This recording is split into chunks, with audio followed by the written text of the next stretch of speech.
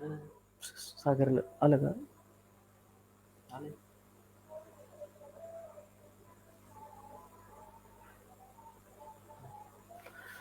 नमस्कार सर्व द्राक्ष उत्पादक बांधवांना. द्राक्ष विज्ञान मंडळातर्फे आजच्या आयोजित केलेल्या द्राक्ष उत्पादक वेबिनार मध्ये आपलं सगळ्यांचं मनापासून इथं स्वागत करतो.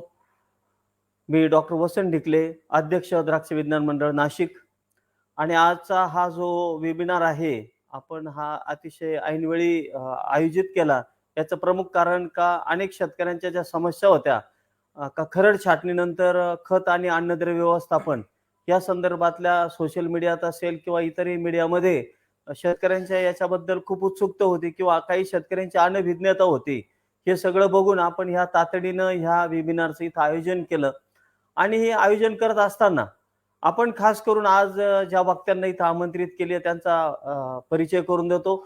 माझे हे जे आहेत आजचे वक्ते श्री सागर घुमरे यांची ओळख सांगायची म्हणजे स्वतः ते MSc ॲग्री आहेत आणि व्हॅलॅग्रो कंपनीमध्ये टेक्निकल ॲडवायझर आहेत.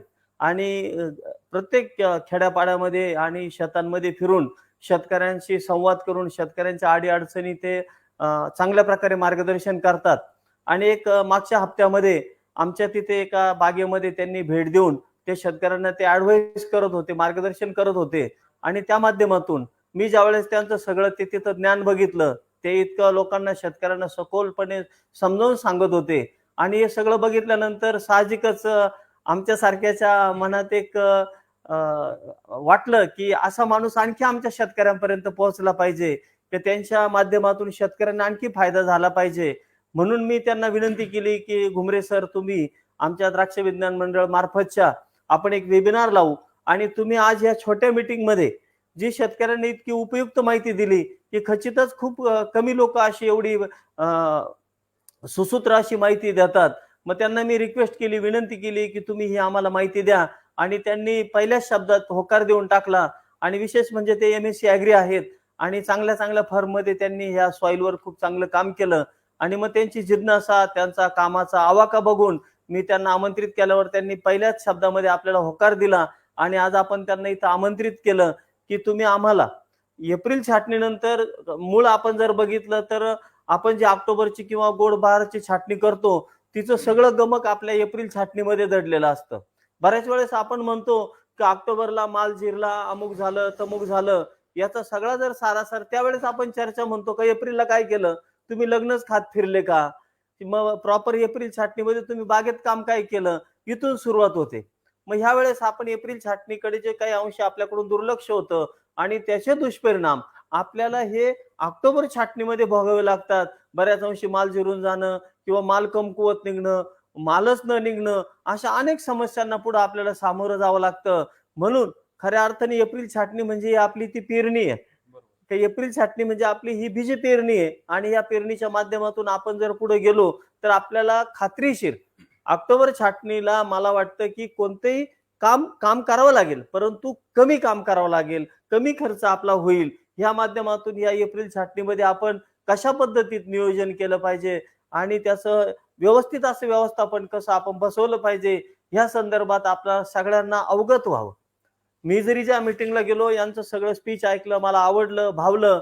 आणि मग त्याच माध्यमातून मी विचार केला की माझ्यासारखे अनेक आपल्यासारखे खूप शेतकरी बांधव आहेत की त्यांच्यापर्यंत ह्या गोष्टी गेल्या पाहिजे. म्हणून आज मी त्यांना इथं आपल्या ह्या द्राक्ष विज्ञान मंडळच्या पॅनलवर आजच्या ह्या व्यासपीठावर त्यांना आमंत्रित केलं. आणि त्यांनीही अतिशय सुलभपणे आपल्याला होकार दिला. आणि आज आपल्या ह्या वेबिनारसाठी ते इथं उपस्थित झाले. द्राक्ष विज्ञान मंडळ नाशिक संस्थेच्या वतीनं आजच्या ह्या व्यासपीठावर मी त्यांचं मनापासून स्वागत करतो. आणि त्यांना विनंती करतो की आमच्या शेतकऱ्यांच्या तुमचं स्पीच झाल्यानंतर शेतकऱ्यांना बांधवांनाही विनंती करतो की आपल्या ज्या काही शंका असतील आपण त्या कमेंट बॉक्समध्ये टाका. कार्यक्रम संपल्यानंतर शेवटच्या सत्रात आपण त्या शंकांचं निरसन करणार आहोत. तरी पुनश्च एकदा आजचे वक्ते सन्माननीय श्री सागरजी घुमरे सर यांचं मी मनापासून स्वागत करतो. आणि आजचं हे वेबिनार त्यांनी सुरू करावं अशी त्यांना विनंती करतो. धन्यवाद.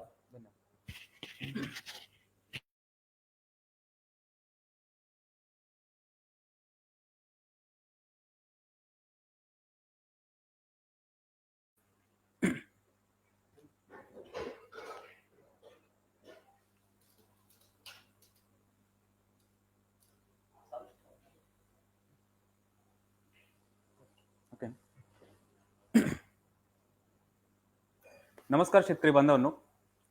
आज या ऑनलाईन वेबिनारमध्ये द्राक्ष बागायतदार संघाचं जे काही वेबिनार आपण आयोजित केलेलं आहे, तर ह्या वेबिनारमध्ये उपस्थित असलेल्या माझ्या सर्व शेतकरी बांधवांचे, सर्व कृषी मित्रांचे मी सागर घुमरे आपले सहर्ष स्वागत करतो.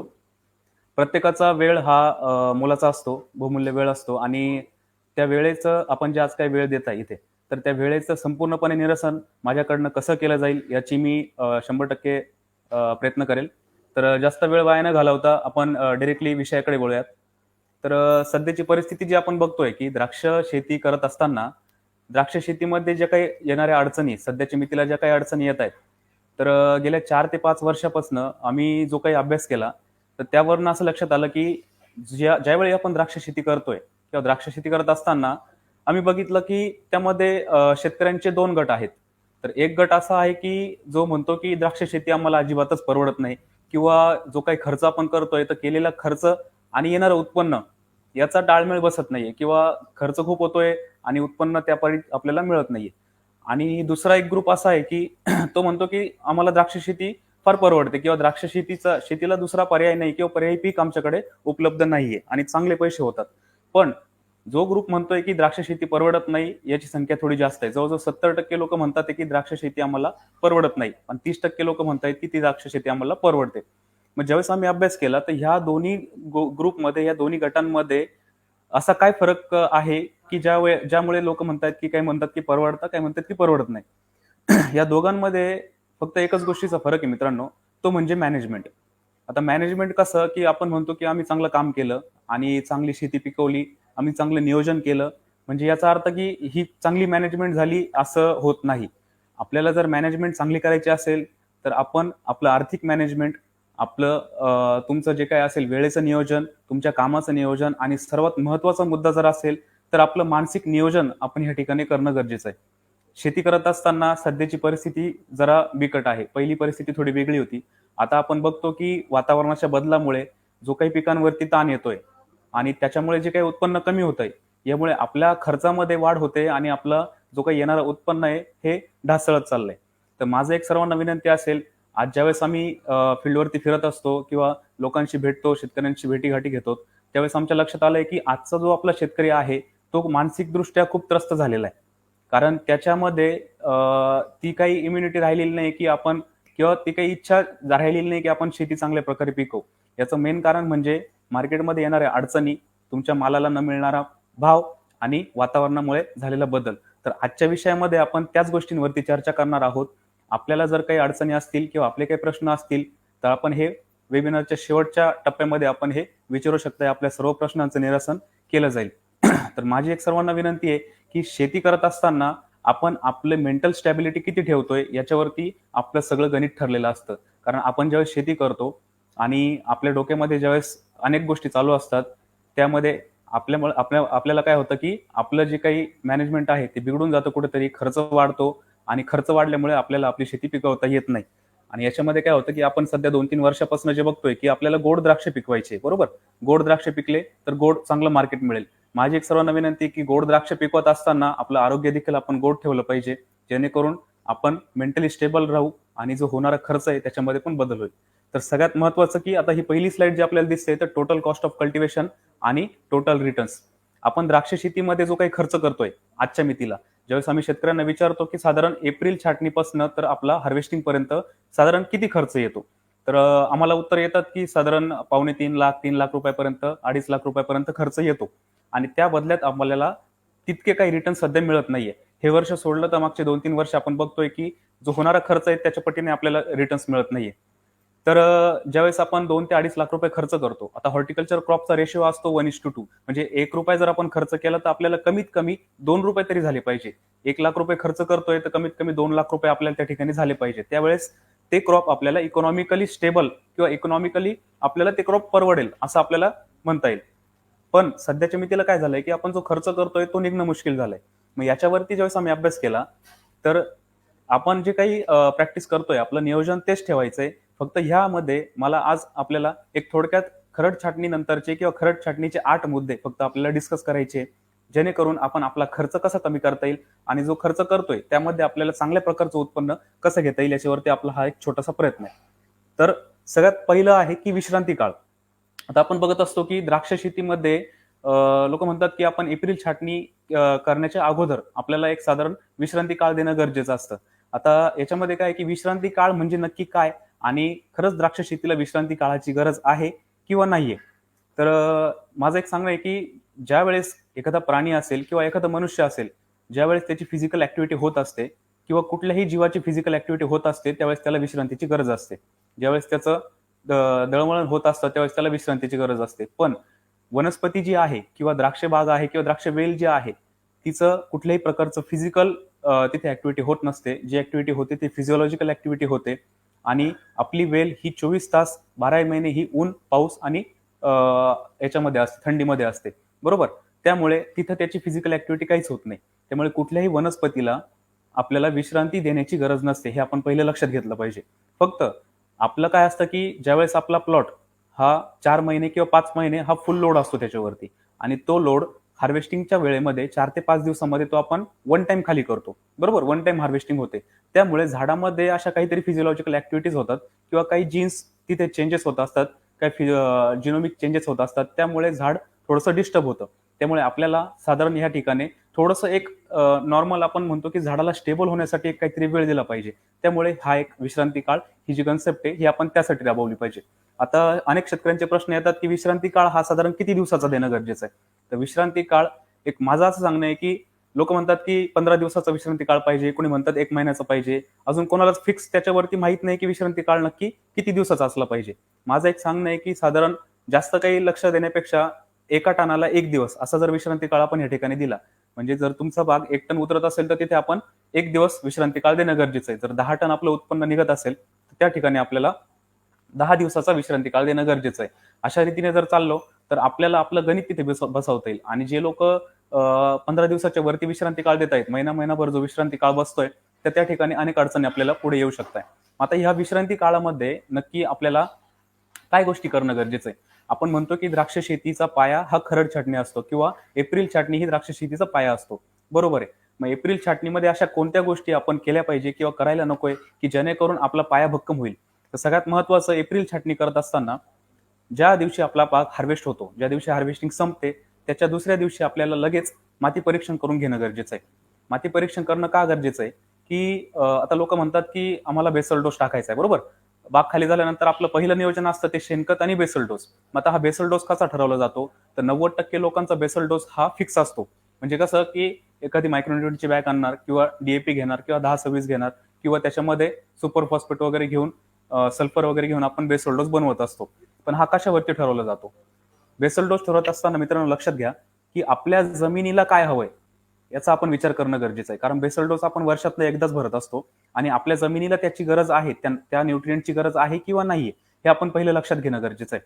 मग जर आपल्या अनालिसिसमध्ये, सॉइल अनालिसिसमध्ये जर आपल्याला लेवल दाखवत असतील, फॉस्फरस लेवल जर हाय असेल आणि तिथे परत आपण जर फॉस्फरसयुक्त खतं देतोय, तर जो होणारा खर्च आहे तो तर वाया जातोच, दिलेला फॉस्फरस सुद्धा तिथे फिक्स होऊन बसतो. म्हणजे काय होतं की एक ताळमेळच बसत नाही तिथे. म्हणून माती परीक्षण करणं का गरजेचं आहे, ती माती परीक्षण केल्यानंतर आपल्याला एक टेंटेटिव्ह आयडिया तरी येते की नक्की किती न्यूट्रिएंट एक्झॉस्ट झालेले आपल्या प्लॉटमधनं आणि किती त्या प्लॉटला न्यूट्रिएंटची गरज आहे, कोणत्या न्यूट्रिएंटची गरज आहे आणि कोणते किती दिली पाहिजे, याच्यावरती आपला बेसल डोस ठरणार आहे. त्यानंतर सगळ्यात महत्वाचा मुद्दा आहे की पाटपाणी. बाग खाली झाल्यानंतर आपल्याला पहिल्या दिवशी तिथे माती परीक्षण करून घेणं गरजेचं आहे. त्याच्यानंतर दुसऱ्या दिवशी आपल्याला तिथे एक फुल फ्लड इरिगेशन देणं गरजेचं आहे, जे जनरली 90% लोक देतच असतात. फक्त याच्यामध्ये एक चेंज काय करायचा आहे की फ्लड इरिगेशन करताना आपल्याला एकरी 45 किलो युरिया आणि 25 किलो मॅग्नेशियम सल्फेट याचं एक ऍप्लिकेशन करायचं आहे.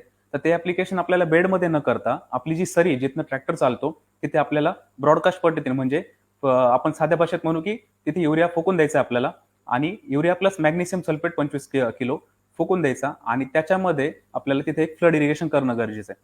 फ्लड इरिगेशन झालं की त्याच मिनिटाला त्याच्यानंतर आपण ड्रिप चालू करायचंय आणि ड्रिप थ्रू आपल्याला कॅल्शियम नायट्रेट एकरी 5 किलो याचं ऍप्लिकेशन आपल्याला तिथे करायचंय. आता हे का करायचंय, याला साधारण खर्च येतो तुमचा साधारण 1500च्या आसपास रुपये एकरी खर्च येतो, त्याच्यापेक्षाही कमी येत असेल. तर हे का करणं गरजेचं आहे, तर आपल्या झाडामधनं जे काही एक्झॉस्ट झालेलं आहे, झाडावरती 4 महिने लोड होता आणि त्यानंतर आपल्या बागेमध्ये जो काही हार्वेस्टिंग झालं 3 ते 4 दिवसामध्ये, त्यामुळे आपलं झाड कुठेतरी सुप्त अवस्थेत जायला तयार होतं तिथे, कारण लोड संपलेला असतो. मग आपल्याला झाडाला रिफ्रेशमेंट करण्यासाठी आपल्याला याची गरज असते. तर हे काय आहे की आता बघा, एक छोटंसं उदाहरण द्यायचं झालं तर वनस्पती आणि मनुष्याचं हे काही वेगळं सायन्स नाही, हे दोन्ही पण सायन्स कोरिलेटेड आहे एकमेकाला. जुन्या काळामध्ये आपण बघतो की एखादी म्हातारी होती, ती काय करायची की रानामधनं आल्यानंतर डोक्यावरती ओझं असायचं आणि ते ओझं ज्यावेळेस ती खाली ठेवायची, अंगणामध्ये ठेवायची, त्यावेळेस ती सांगायची की बाबा मला एक ग्लास पाणी दे. बरोबर, त्यावेळेस ती म्हणत नव्हती की मला लगेच जेवायला द्या. बरोबर, लक्षात घ्या गोष्ट काय असते की ते पाणी दिल्यानंतर तिची जी रिफ्रेशमेंट होते, तिचा माइंड जो फ्रेश होतो, सेम कंडिशन आपल्याला आपल्या बागेमध्ये द्यायची. ज्यावेळेस आपण हे ऍप्लिकेशन करणार आहे तर त्या पिरियडमध्ये आपल्या बागेची रिफ्रेशमेंट होणार. जो काही बागेवरती लोडमुळे स्ट्रेस आलेला होता तो स्ट्रेस कमी होणार आणि आपला बाग ही परत आपल्याला खरड छाटणीसाठी आपण तयार करू शकतोय. त्याच्यानंतर आहे की एक छोटासा मुद्दा आहे की जो आपला बराच खर्च वाचवू शकतोय. वर्षभर आपण ह्या गोष्टींकडे लक्ष देत नाही. ह्या पिरियडमध्ये काय करायचंय आपल्याला की आपल्याकडे ज्या काही आपलं वेअर अँड टेअर झालेलं असतं गोष्टींचं, म्हणजे तुमच्या ट्रॅक्टरचे अवजारं असेल, नोझल असेल किंवा तुमच्या ठिबक सिंचनचे लिकेज असेल, पाईपलाईन लिकेज असेल, ते एवढ्या 8 ते 10 दिवसामध्ये आपल्याला करून घेणं गरजेचं आहे. कारण हे 8 ते 10 दिवसच असे असतात की याच्यामध्ये आपल्याला वेळ असतो या गोष्टी करण्यासाठी. इतर सीझनमध्ये आपण बघतो की धावपळीमुळे आता आम्ही बघतोय की काही काही शेतकरी एक नोझल बंद असताना सुद्धा ते नोझल कंटिन्यू बंद ठेवून स्प्रे करणारे लोक आहेत, कारण वेळच मिळत नाही किंवा आपली मानसिकता त्या पिरियडमध्ये चालू सीझनमध्ये होत नाही की आपण त्या गोष्टी करणं गरजेचं आहे. त्याच्यानंतर जुन्या पानांची काळजी. ज्या ठिकाणी शक्यच होत नाही की खरड छाटणी 10-15 दिवसांमध्ये शक्य होत नाही, मग थोडासा पिरियड लांबवला जातो. म्हणजे की जे आपले पानं आहेत त्या पानांची आपल्याला काळजी घेणं गरजेचं आहे. ते पानं हिरवेगार कशी राहतील तर त्या ठिकाणी आपल्याला इथे चांगल्या कंपनीचं सीवीड घ्यायचं आहे. त्याच्यामध्ये 19-19 किंवा 20-20-20 ही ग्रेड घ्या आणि मायक्रोन्यूट्रिएंट हे सगळं कॉम्बिनेशन करून आपल्याला घ्यायचं आहे. तर तिथे तुम्ही मेगाफॉल आणि ब्रिक्झिल असं एक कॉम्बिनेशन घेऊ शकता, जेणेकरून काय होईल की आपल्या प्लॉटमध्ये आपली पानं कशी हिरवीगार राहतील खरड छाटणीपर्यंत, याची आपल्याला काळजी घ्यायची. त्याच्यानंतर दुसरा मुद्दा आहे की खरड छाटणी करत असताना आपल्याला सल्फ्युरिक ऍसिडचा या ठिकाणी वापर करायचा आहे. आता सल्फ्युरिक ऍसिड ट्रीटमेंट न वापरता इथे सल्फ्युरिक ऍसिडचा वापर लिहिलेला आहे. आता बरेच लोकांचा सल्फ्युरिक ऍसिडकडे बघण्याचा दृष्टिकोन हा बऱ्यापैकी चेंज आहे किंवा सल्फ्युरिक ऍसिडला खूप बदनाम केलेलं लोकांनी. आपल्याला काय करायचंय की सल्फ्युरिक ऍसिडचा इथे वापर करायचा, इथे ट्रीटमेंट करायची. बरोबर, तर सल्फ्युरिक ऍसिडची ट्रीटमेंट करत असताना आपल्याला एक काळजी घ्यायची की ड्रीप चालू केल्यापासून ड्रीपच्या पहिल्या थेंबापासून ते शेवटच्या थेंबापर्यंत आपल्याला सल्फ्युरिक ऍसिडचं या ठिकाणी डोजिंग झालं पाहिजे. प्रॉपर जर डोजिंग झालं तर इथे हे ऍसिड म्हणून काम करत नाही, तर हे पीएच कमी करण्यासाठी आपल्याला इथे काम करत असतं. आणि ज्या वेळेस आपण सल्फ्युरिक ऍसिडची ट्रीटमेंट करतो ही वर्षातनं आपल्याला 2 वेळा करणं गरजेचं आहे. एक एप्रिल छाटणीच्या अगोदर आणि एक ऑक्टोबर छाटणीच्या अगोदर. जर एप्रिल छाटणीला पाणी नसेल, पाण्याची कमतरता असेल तर करू नका, डायरेक्टली ऑक्टोबर छाटणीला करा. पण ज्या शेतकऱ्यांकडे एप्रिल छाटणीला पाण्याची अवेलेबिलिटी आहे त्यांनी जरूर करा.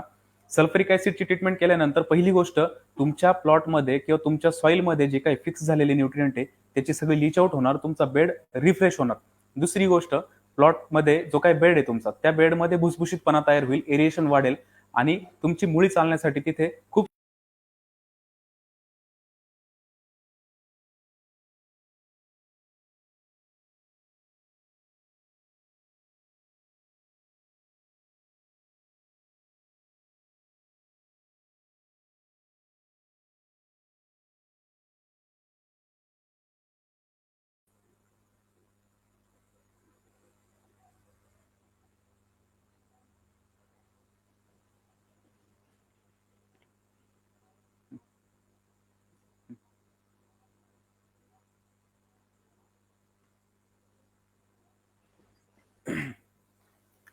आता सल्फ्युरिक ऍसिड बद्दल आम्हाला ज्यावेळेस फील्डवरती बरेच प्रश्न विचारले गेले की साहेब सल्फ्युरिक ऍसिड वापरल्यानंतर आमच्या प्लॉटमध्ये जीवाणूंची संख्या कमी होईल का? तर खरी गोष्ट आहे, ऍसिड असल्यामुळे या ठिकाणी जीवाणूंना थोडीफार अडचण येणारच आहे. कारण काय असतं की कुठलेही ऍसिड गेल्यानंतर जीवाणूंना तिथे त्या ठिकाणी एक तर त्यांचा काउंट कमी होत असतो.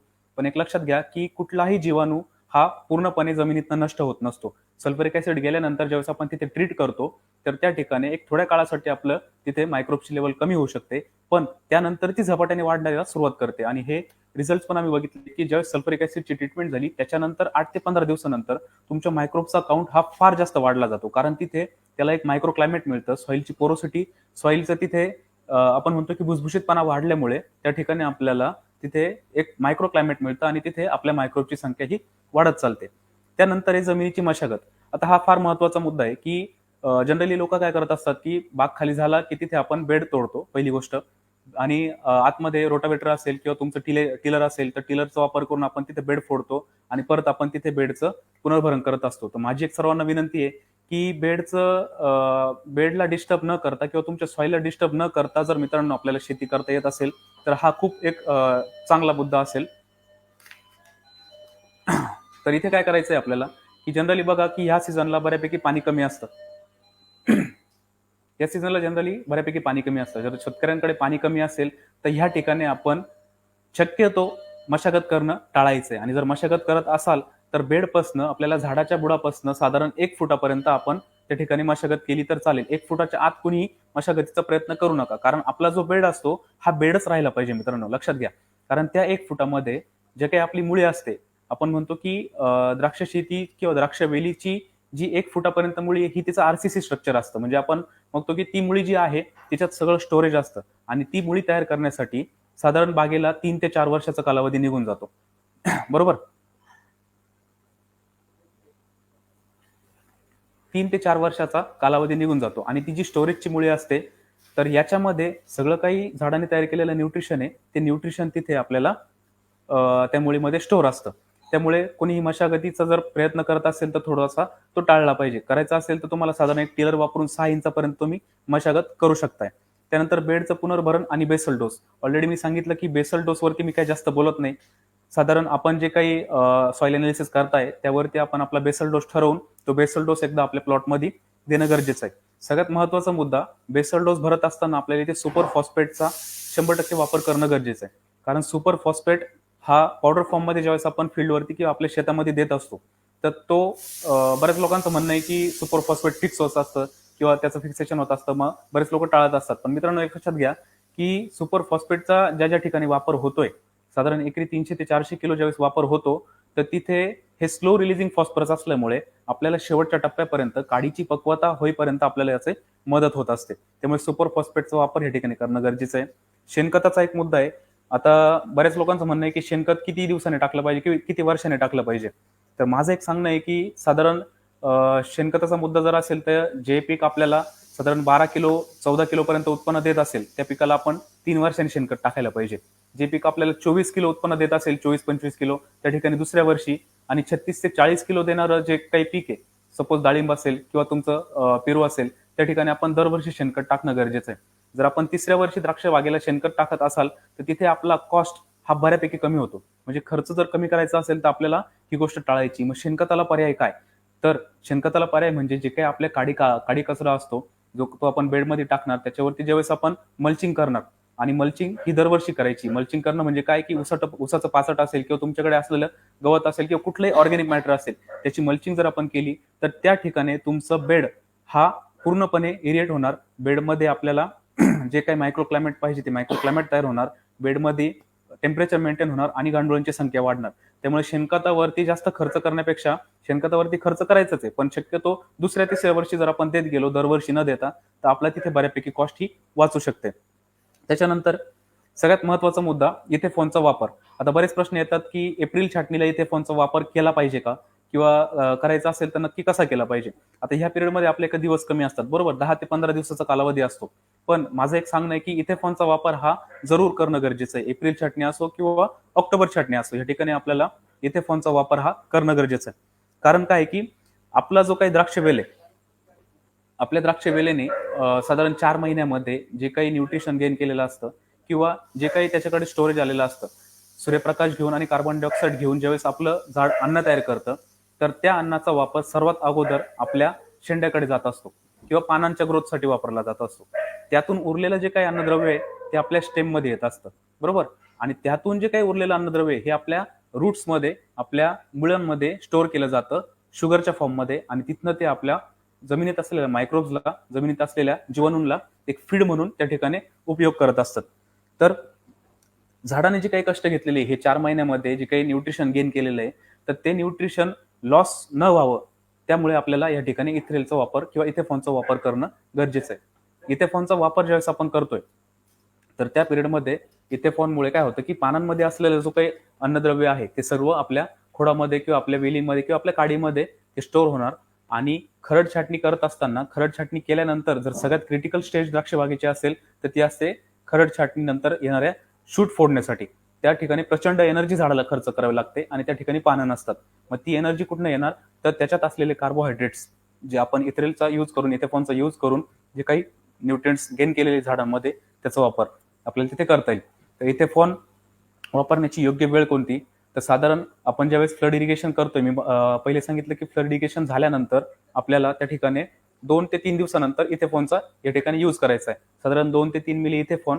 आणि त्यामध्ये ज्यावेळेस आम्ही 2 वर्षापूर्वी ज्यावेळेस ट्रायल घेतल्या की ethephon plus 0.32, ethephon plus 13.045, ethephon plus potassium bicarbonate आणि इथेफॉन प्लस फॉस्फरिक ऍसिड, अशा ज्यावेळेस ट्रायल घेतल्या, तर त्यावेळेस आम्हाला लक्षात आलं की इथेफॉन प्लस 0.34 ची जी काही ट्रीटमेंट आहे, तर तिने रिझल्ट चांगले आले. पानं हळूहळू पिवळी पडली आणि गळायला सुरुवात झाली. तर ते घेत असताना साधारण 2 ते 3 मिली इथेफॉन प्लस 2.5 ते 3 ग्राम आपण 0.34 असं जर कॉम्बिनेशन केलं, तर आपल्याला इथेफॉनचे रिझल्ट हे चांगले येतात. तर इथेफॉनचा वापर जरूर करा.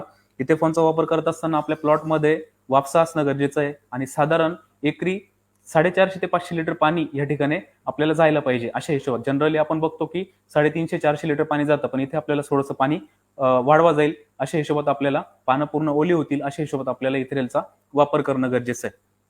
ओके. त्यानंतर चौथा मुद्दा आणि सगळ्यात महत्वाचा मुद्दा की पाणी नियोजन. आता येत्या 2 ते 3 वर्षामध्ये आपण थोडंसं या गोष्टींकडे जास्त लक्ष द्यायला लागलो. पूर्वी आपण जास्त लक्ष देत नव्हतो. पाणी नियोजन आणि द्राक्ष शेती हा खूप कोरिलेटेड विषय आहे आणि ज्या शेतकऱ्याला पाणी नियोजन जमलं तो खरा द्राक्ष बागायतदार असं सध्या म्हणायला काही अडचण नाहीये. कारण ज्यांचं पाणी नियोजन होत नाहीये त्या शेतकऱ्यांना बऱ्यापैकी अडचण येत आहे. तर मी पहिले सांगितलं की हार्वेस्टिंग नंतर लगेच एक पाट पाणी जायला पाहिजे, त्यानंतर एक ठिबकने आपलं एक इरिगेशन जायला पाहिजे, त्याच्यानंतर आपला इथेरेलचा वापर होणार आणि इथेरेल पासनं तर आपल्याला खरड छाटणीपर्यंत इथे इरिगेशन टाळायचंय. साधारण जेवढे दिवस जातील, कारण इथेफॉनचा वापर केल्यानंतर थोडंसं झाड हे डॉर्मन्सीकडे जात असतं, त्यामुळे तिथे आपल्याला झाडाला शांत ठेवणं गरजेचं आहे. तिथे आपण कुठल्याही प्रकारचं इरिगेशन करू नका. ज्या दिवशी आपल्याला खरड छाटणी करायची त्याच्या 2 ते 3 दिवस आधी आपल्याला एक फुल इरिगेशन देणं गरजेचं आहे. आता ह्या ठिकाणी बघू नका की तुमची सॉईल कशी, तुमची सॉईल जाड असेल किंवा तुमच्या सॉईलचं रिटेन्शन कसंही असेल, 200च्या वर असेल किंवा 200च्या आत असेल, या ठिकाणी आपल्याला एक नॉर्मल इरिगेशन देणं गरजेचं आहे, जेणेकरून आपण ज्यावेळेस खरड छाटणी करू तर ती आपली वापशामध्ये आली पाहिजे. आता सगळ्यात महत्वाचा मुद्दा दुसरा मी या ठिकाणी हायलाइट केलेला आहे की दुसरं पाणी, खरड छाटणी नंतरचं, म्हणजेच खरड छाटणी नंतरचं पहिलं पाणी कोणतं, ड्रीप इरिगेशन, ते ज्यावेळेस आपलं जातं, तर हा सगळ्यात महत्वाचा मुद्दा मित्रांनो. लक्षात घ्या की खरड छाटणी केल्यानंतर आपलं जे दुसरं पाणी जातंय, हे पाणी आपल्याला आपल्या बागेची, आपल्या घडाची क्वालिटी कशी असणार, त्याच्यामध्ये किती व्हेरिएशन असणार, किती शुगर पर्सेंटेज असणार किंवा किती क्रंचीनेस असणार किंवा आपल्याला उत्पन्न कसं मिळणार, हे सगळं ठरवणारा एकच फॅक्टर आहे, तो म्हणजे खरड छाटणी नंतरचं जाणारं दुसरं पाणी. याचं कारण असं आहे की ज्या वेळेस खरड छाटणी होते, खरड छाटणीनंतर बागेवरती पानं नसतात आणि आपल्याकडनं काय होतं की आम्ही बघतो की बऱ्यापैकी शेतकरी, म्हणजे जवळजवळ 70 ते 80% शेतकरी फक्त साधारण एक 8 ते 10 दिवसाचा गॅप असतो पाणी दिल्याचा. म्हणजे खरड छाटणीनंतर हे 8 ते 10 दिवसांनी आपण जनरली पाणी देत असतो आणि सगळ्यात महत्वाची चूक तिथेच होते, सगळ्यात मोठी चूक तिथेच होते. खरड छाटणीनंतर आपल्या बागेवरती पानं नसतात, त्यामुळे इव्हपोट्रान्सपिरेशन पानाचं होत नाही आणि जे काही पाणी आतमध्ये आहे, बेडमध्ये आहे, ते थोडंसं उन्हामुळे थोडंसं बाष्पीभवन होतं. आपल्याला वाटतं की झाडाला पाण्याची गरज आहे आणि आपण तिथे इरिगेशन देतो आणि तिथेच मोठी चूक होते. ज्यावेळेस आपल्याला पाणी द्यायचंय, एक साधी पद्धत असेल, थोडासा खड्डा घ्या, बेडमध्ये खड्डा घ्या, मॉइश्चर चेक करा आणि त्यानंतरच पाण्याचं ऍप्लिकेशन करा. कारण आपण दिलेलं पाणी हे बेडमध्येच असतं. साधारण 2 ते 3 पाणी येईपर्यंत ते पाणी आपल्या बेडमध्ये स्टोअर असतं आणि ते स्टोअर झाल्यामुळे काय होतं की त्या ठिकाणी आपली जर जास्त पाणी झालं तर पहिली गोष्ट तर तिथे फ्युजेरियमचं म्हणजे मुळी खराब होण्याचा चान्सेस वाढेल. दुसरी गोष्ट, बाग एकसारखं फुटायला अडचण येते. आता ज्यावेळेस आपल्याला बाग एकसारखं फुटत नाही त्यावेळेस आपण बरेच सोल्युशन वापरतो, स्प्रेसाठी वापरतो किंवा खतं सोडतो आणि इथे आपला खर्च पण वाढतो आणि आपला बाग पण एकसारखा फुटत नाही. तर आपल्याला काळजी काय घ्यायची आहे की सेकंड इरिगेशन जे आपलं जात आहे तिथे आपण वापसा चेक करा. वापसा असेल तरच तिथे पाणी द्या. तो पण किती असला पाहिजे, साधारण 40 ते 45% आपल्याला तिथे वापसा असणं गरजेचं आहे. 35% नंतर विल्टिंग पॉईंट सुरू होतो कुठल्याही वनस्पतीचा, म्हणजे 35% पाण्यानंतर तो एक सुकायला सुरुवात होते झाडाची. म्हणजे विचार करा की आपल्याला पाणी किती द्यायचंय, साधारण 45% आपल्याला इरिगेशन देणं गरजेचं आहे, बरोबर. तर हे दुसरं पाणी दिल्यानंतर आपल्याला एक लक्षात येईल की आपला बाग हा एकसारखा फुटायला सुरू होतो. तर ज्यावेळेस आम्ही याच्या ट्रायल घेतल्या 2 वर्षापूर्वी ज्यावेळेस आम्ही ट्रायल घेतल्या, तर साधारण जे शेतकरी 10व्या किंवा 11व्या-12व्या दिवशी पाणी देत होते, त्यांचं पाणी डायरेक्टली 25-26 दिवसाला जायला लागलं. आणि तिथे इतके एक्सलंट रिपोर्ट आले, की बाग एकसारखी फुटायला मदत झाली पहिली गोष्ट. आणि जो काही फूट निघाली ती स्ट्रॉंग निघाली आणि तिचा आपण एक म्हणतो ट्युनिंग पण ही ग्रीन टोन जास्त होतं तिथे. पिंगट फूट निघाली नाही. आपलं पाणी जास्त असल्यामुळे तिथे पिंगट फूट जास्त निघते. त्याच्यानंतर आहे आता वापसा म्हणजे नक्की काय? आता बरेच शेतकरी विचारतात की वापशात पाणी द्यायचंय, पण नक्की वापसा म्हणजे काय? तर वापसा म्हणजे तुमच्या बेडमध्ये साधारण 50% पाणी आणि 50% तिथे हवा खेळती राहिली पाहिजे. त्याला आपण वापसा कंडिशन, एक जनरल आपल्या साध्या भाषेमध्ये वापसा कंडिशन म्हणू शकतोय. तर ती जोपर्यंत मेंटेन होत नाही तोपर्यंत झाडाला कुठलंही न्यूट्रिएंट घेता येत नाही. लक्षात घ्या. त्याच्यानंतर आहे खड्डा पद्धतीने जे आता मी सांगितलं मॉइश्चर चेक करणे आणि स्टेज वाईज मॉइश्चर लेवल. आता या ठिकाणी आपण सांगतोय की 45% मॉइश्चर पाहिजे, पण हळूहळू जसे पानं वाढतील तसं पाण्याची रिक्वायरमेंट झाडाची वाढेल आणि पाण्याची रिक्वायरमेंट वाढल्यामुळे तिथं आपल्याला नंतरचे इरिगेशन हे थोडेसे आपण लवकर घेणं गरजेचं आहे. त्याच्यानंतर आता सगळ्यात महत्त्वाचा मुद्दा म्हणजे ऍक्च्युअल छाटणी. खरड छाटणी करत असताना आपल्याला कुठली काळजी घेतली पाहिजे आणि नक्की कोणत्या पद्धतीने आपण खरड छाटणी करणं गरजेचं आहे. तर आता खरड छाटणी हा शब्द जरा चुकीचा वाटतो मला, कारण ह्या ठिकाणी आपण जर याला एक डोळा छाटणी म्हटलो तर थोडं जास्त सोयीस्कर पडेल असं मला वाटतं. कारण खरड छाटणी ज्यावेळेस म्हटलं जातं त्यावेळेस आपण काय करतो की संपूर्णपणे खरड करत असतो इथे.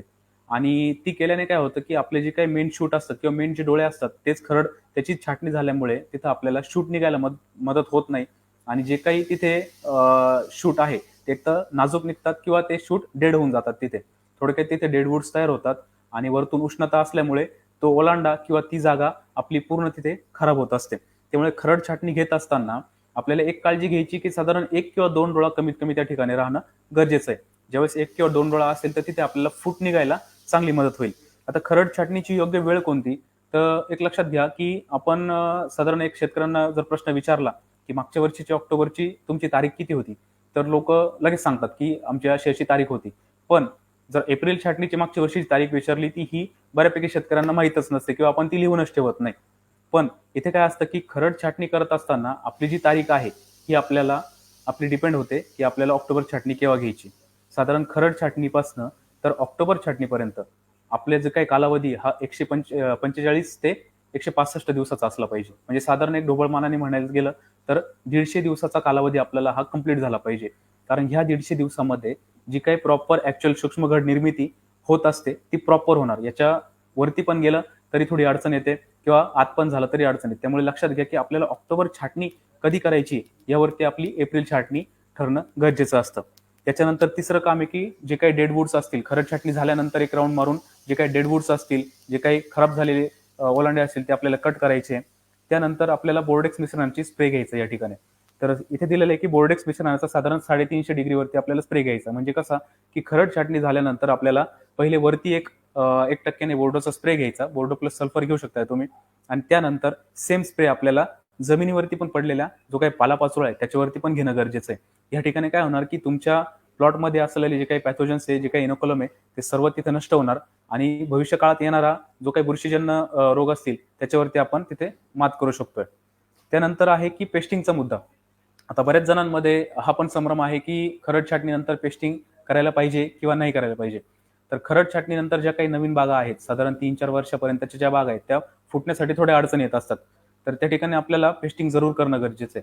साधारण हायड्रोजन सायनामाइडचा वापर या ठिकाणी आपण केला तर 50 ते 60 मिली हायड्रोजन सायनामाइड त्यामध्ये 13-0-45 आपण घेऊ शकतोय. आणि त्यामध्ये चांगलं कंपनीचं मॅनकोझेब आपण या ठिकाणी जर वापरलं तर तिथे आपल्याला नक्कीच फायदा होऊ शकतोय. तर हायड्रोजन सायनामाइड स्प्रे करत असताना देखील आपल्याला साधारण बाहेरच्या बाजूला ट्रॅक्टरने किंवा शिखर पंपाने आपल्याला कसा स्प्रे करता येईल याची काळजी घ्या. कारण ह्या वेळेस जसं मी सांगितलं की खरड छाटणीनंतर झाडाला प्रचंड एनर्जी खर्च करावी लागते डोळे फुटण्यासाठी. त्यामुळे आपल्याला जे डोळे हवेत तेच जर आपण तिथे टार्गेट केले तर आपल्या झाडाची एनर्जी कमी लॉस होईल. आतल्या ज्या बाजूचे डोळे किंवा खालच्या बाजूचे डोळे याच्यावरती स्प्रे न जाणार नाही अशा हिशोबात आपल्याला काळजी घ्यायची आहे. त्याच्यानंतर आहे मुद्दा ओलांडा रिन्युएशनचा. तर ओलांडा रिन्युएशन करत असताना माझं एक प्रामाणिक म्हणणं आहे की दर 4थ्या वर्षी आपल्याला ओलांडा रिन्युएट करणं गरजेचं आहे आणि दर 8व्या वर्षी आपल्याला खोड रिन्युएट करणं गरजेचं आहे. आता ओलांडा रिन्युएशन करणं गरजेचं काय की हळूहळू 3 ते 4 वर्षानंतर आपल्या द्राक्ष वेलीचा ओलांडा जो आहे तो त्याची इफिशियन्सी कमी होत असते, तो फुटायला अडचण देतो किंवा त्याच्यावरती पाहिजे त्या प्रमाणात आपल्याला मालाची क्वालिटी मिळत नाही. आणि दुसरा महत्वाचा मुद्दा, तिथे एक तर खोडकिडीचा अटॅक तिथे वाढलेला असतो. त्यामुळे ओलांडा जर रिन्युएट करता आला तर आपल्याला त्या ठिकाणी ओलांडा रिन्युएट करण्याची काळजी तिथे घेतली पाहिजे. दर 4थ्या वर्षी जर आपण ओलांडा रिन्युएट करत असाल तर तिथे आपल्याला आपल्या बागेची लाईफ वाढेल. आणि दर 8व्या वर्षी जर आपण खोड रिन्युएट करण्याचा प्रयत्न केला तर तिथे सुद्धा आपल्या बागेची लाईफ आपल्याला वाढू शकते. कारण आपण म्हणतो की आपल्याला खर्च कमी करायचा आहे, याचा अर्थ आपला बाग जितका जास्त दिवस आपल्याला उत्पन्न देईल तिथे आपला खर्च देखील कमी होऊ शकतोय. त्यानंतर आहे युरियाचा वापर. आता बरेच जण युरियाचा वापर हा खरड छाटणीनंतर स्प्रेमध्ये करत असतात फुटण्यासाठी. बऱ्याच लोकांमध्ये संभ्रम असतो की युरियाचा वापर नक्की कसा करणं गरजेचं आहे. तर मित्रांनो, युरियाचा वापर करत असताना साधारण आपल्या प्लॉटमध्ये 1 एकरमध्ये 1000 लिटर पाणी कसं जाईल याची आपल्याला काळजी घ्यायची. जनरली आपण 300-400 लिटरमध्ये स्प्रे करत असतो, पण 1000 लिटर पाणी या ठिकाणी जाणं गरजेचं आहे. आणि युरियाचा स्प्रे करत असताना 200 लिटर पाण्यासाठी 1 किलो युरिया आपण या ठिकाणी घ्यायचा आहे. दुपारच्या वेळेमध्ये साधारण 11 वाजेनंतर ते 4 वाजेच्या आतमध्ये आपल्याला 9व्या, 10व्या आणि 11व्या दिवशी आपल्याला 3 स्प्रे काढणं गरजेचं आहे. खरड छाटणीनंतर 9, 10 आणि 11वा जो दिवस आहे त्या पिरियडमध्ये काय असतं की टेम्परेचर खूप असतं वरनं, आणि त्या ठिकाणी आपल्या ओलांड्याच्या आसपासचं जे क्लायमेट आहे हे पूर्ण ड्राय झालेलं असतं. म्हणून त्या ठिकाणी आपल्याला एक प्रकारची ह्युमिडिटी तिथे मेंटेन करायची असते. आणि युरियाचा वापर केल्यानंतर आपल्याला त्या ठिकाणी ह्युमिडिटी, तिथले मॉइश्चर लेवल वाढेल आणि तिथे जर्मिनेशनसाठी किंवा फुटण्यासाठी आपल्याला त्या ठिकाणी मदत होते. तर 9व्या, 10व्या आणि 11व्या दिवशी आपल्याला 3 स्प्रे या ठिकाणी काढायचे. साधारण 1000 लिटर पाणी जाणं गरजेचं आहे आणि 200 लिटर पाण्यासाठी आपल्याला 1 किलो युरियाचं ऍप्लिकेशन या ठिकाणी करायचं आहे. युरियाचं ऍप्लिकेशन करत असताना थोडंसं दुपारच्या वेळेत केलं तर तिथे आपल्याला अजून चांगले रिझल्ट येतील. त्यानंतर आहे खोड ओलांडे धुणे, कीड रोग नियंत्रण. आता या विषयावरती काही जास्त बोलण्याची गरज नसते, कारण खोड ओलांडे धुवत असताना आपल्याला माहिती आहे की सोल्युशन कुठले वापरले गेले पाहिजे, एक्सपोर्टसाठी कुठले किंवा लोकलसाठी कुठले. खोड ओलांडा धुवून घेणं खूप गरजेचं आहे. त्याच्याने काय होणार की येणाऱ्या काळामध्ये, भविष्य काळामध्ये आपल्याकडे जो काही मिलीबगचा अटॅक असेल हा पण आपण कमी करू शकतोय, खोडकिडीचा अटॅक कमी करू शकतोय.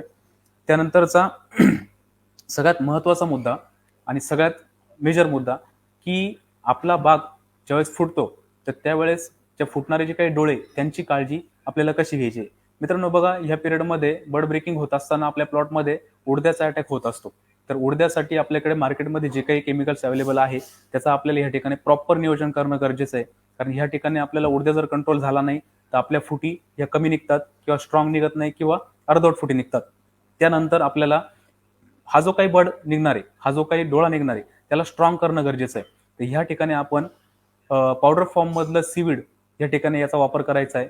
आणि सीवीड सोबत तुम्ही 20-20-20चा वापर या ठिकाणी करायचा आहे. म्हणजे काय की साधारण MC एक्स्ट्राचा 200 लिटर पाण्यासाठी 250 ग्रामचा वापर आपण या ठिकाणी करू शकतोय. त्यामध्ये 20-20 पीस जर घेतलं तर आपल्याला एक सारख्या फुटीसाठी जी काही मदत होणार आहे, ज्यावेळेस MC एक्स्ट्राचा या ठिकाणी वापर होईल त्यावेळेस जो काही डोळा निघणार आहे तो स्ट्रॉंग निघेल.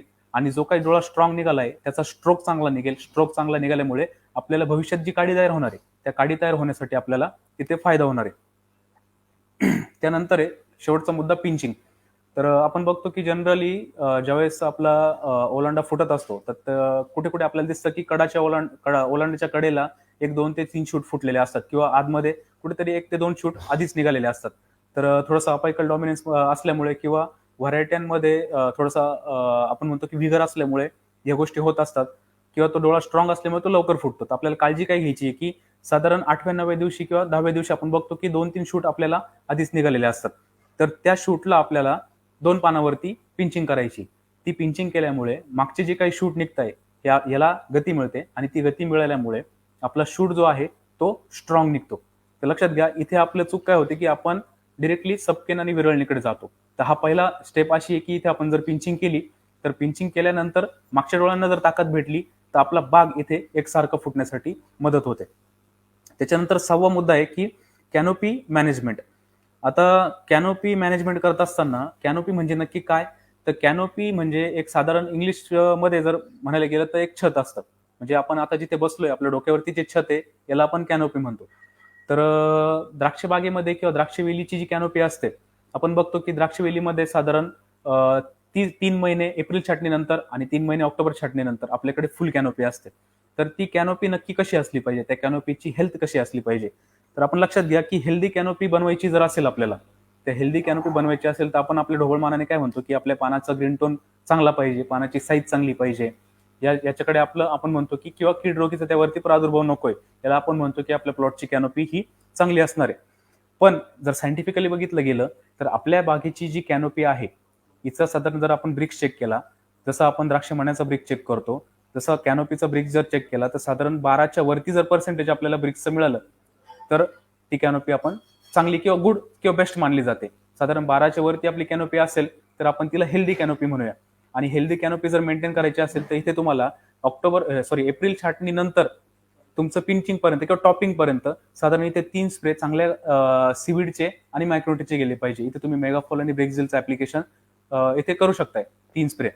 त्याच्यानंतर आहे मेनकेन की सबकेन. आता बऱ्याच लोकांमध्ये संभ्रम असतो की मेनकेन ठेवायची किंवा सबकेन ठेवायची. तर लक्षात घ्या की असं काही नाही की मेनकेन केली किंवा सबकेन केली तरच माल निघणार. पूर्वीच्या काळी मेनकेन ठेवायचे लोक, तेव्हा पण माल निघत होता. आता सबकेन करताय तेव्हा पण माल निघणार आहे. फक्त याच्यामध्ये फरक काय आहे की सध्याची परिस्थिती आपली जरा बिकट झालेली आहे, माल निघायला अडचणी येतात म्हणून आपण सबकेनकडे वळालो. पण आम्ही ज्यावेळेस बघितलं 2016-17 मध्ये असे पण प्लॉट बघितले की गेल्या 4 ते 5 वर्षापासून मेनकेन वरती चांगल्या प्रकारे माल येतोय.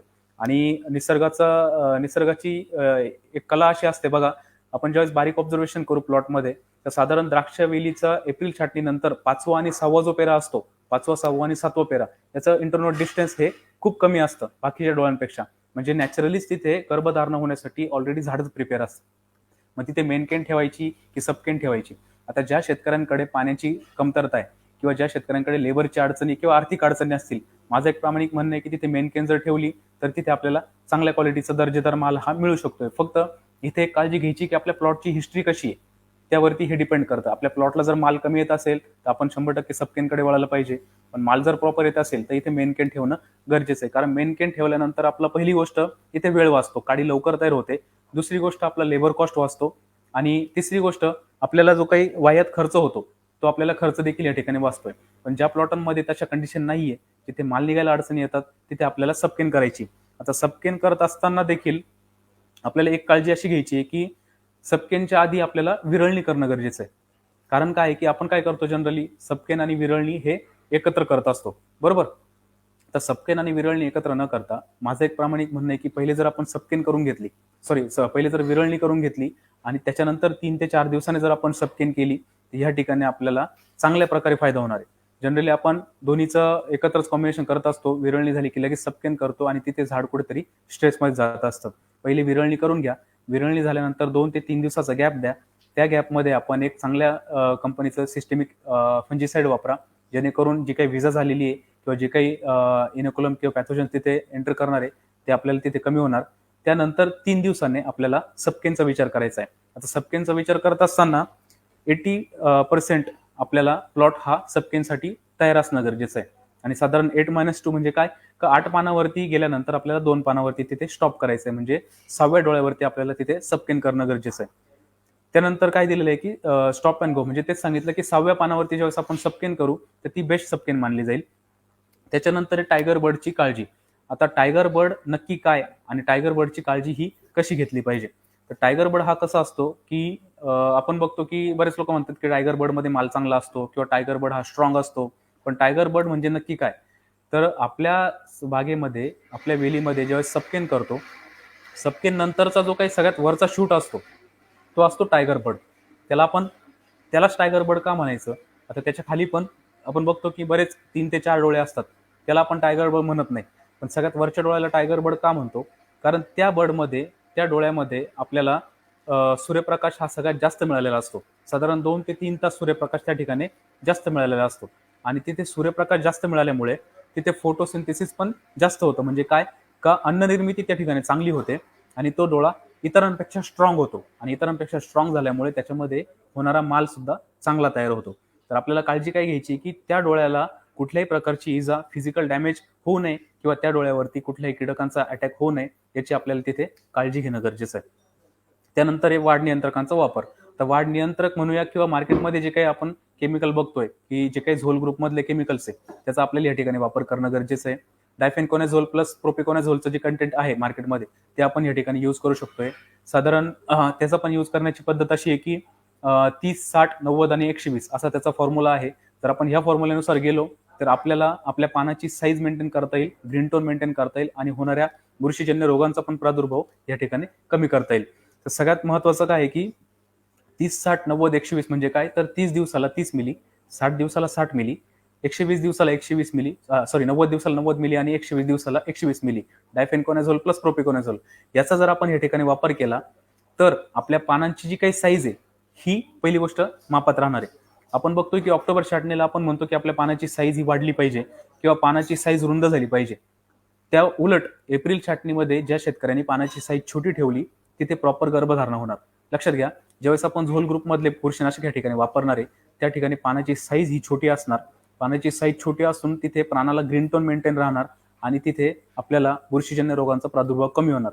एक ढोबळ मानाने सांगायचं झालं तर साधारण आपल्या हाताचा पंजा बंद केल्यानंतर जी आपल्या हाताची मूठ तयार होते तेवढ्या साईजची आपल्याला इथे पानं मेंटेन करणं गरजेचं असतं, बरोबर.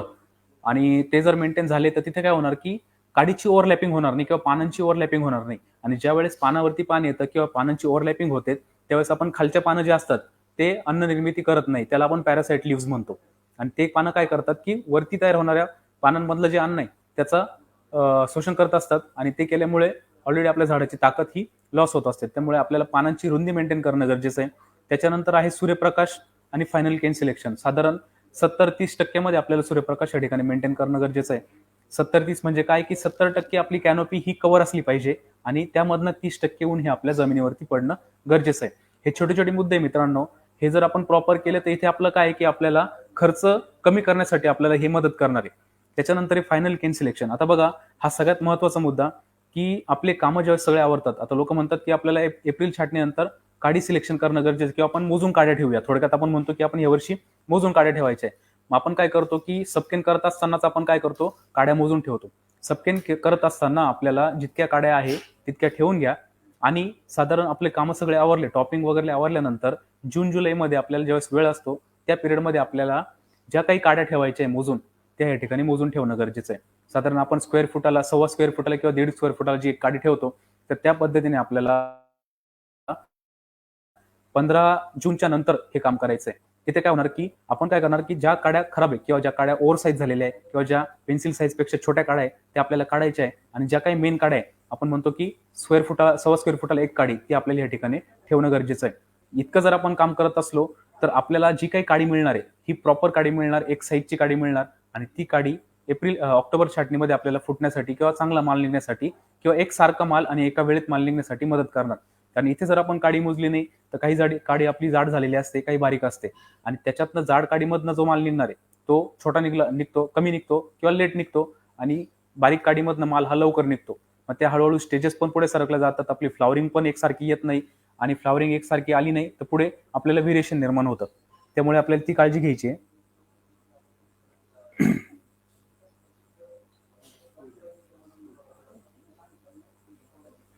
त्यानंतर आहे पीजीआरचा वापर. आता एक शेवटून दुसरा मुद्दा आहे की पीजीआरचा वापर करत असताना, म्हणजे पीजीआर म्हणजे कुठले, तर गर्भधारणेसाठी किंवा सूक्ष्म घड निर्मितीसाठी आपण जे पीजीआर वापरतो युरेसिल आणि 6-BA याचा वापर नक्की कसा करायला पाहिजे याच्याबद्दल पण बऱ्याच लोकांमध्ये संभ्रम असतो.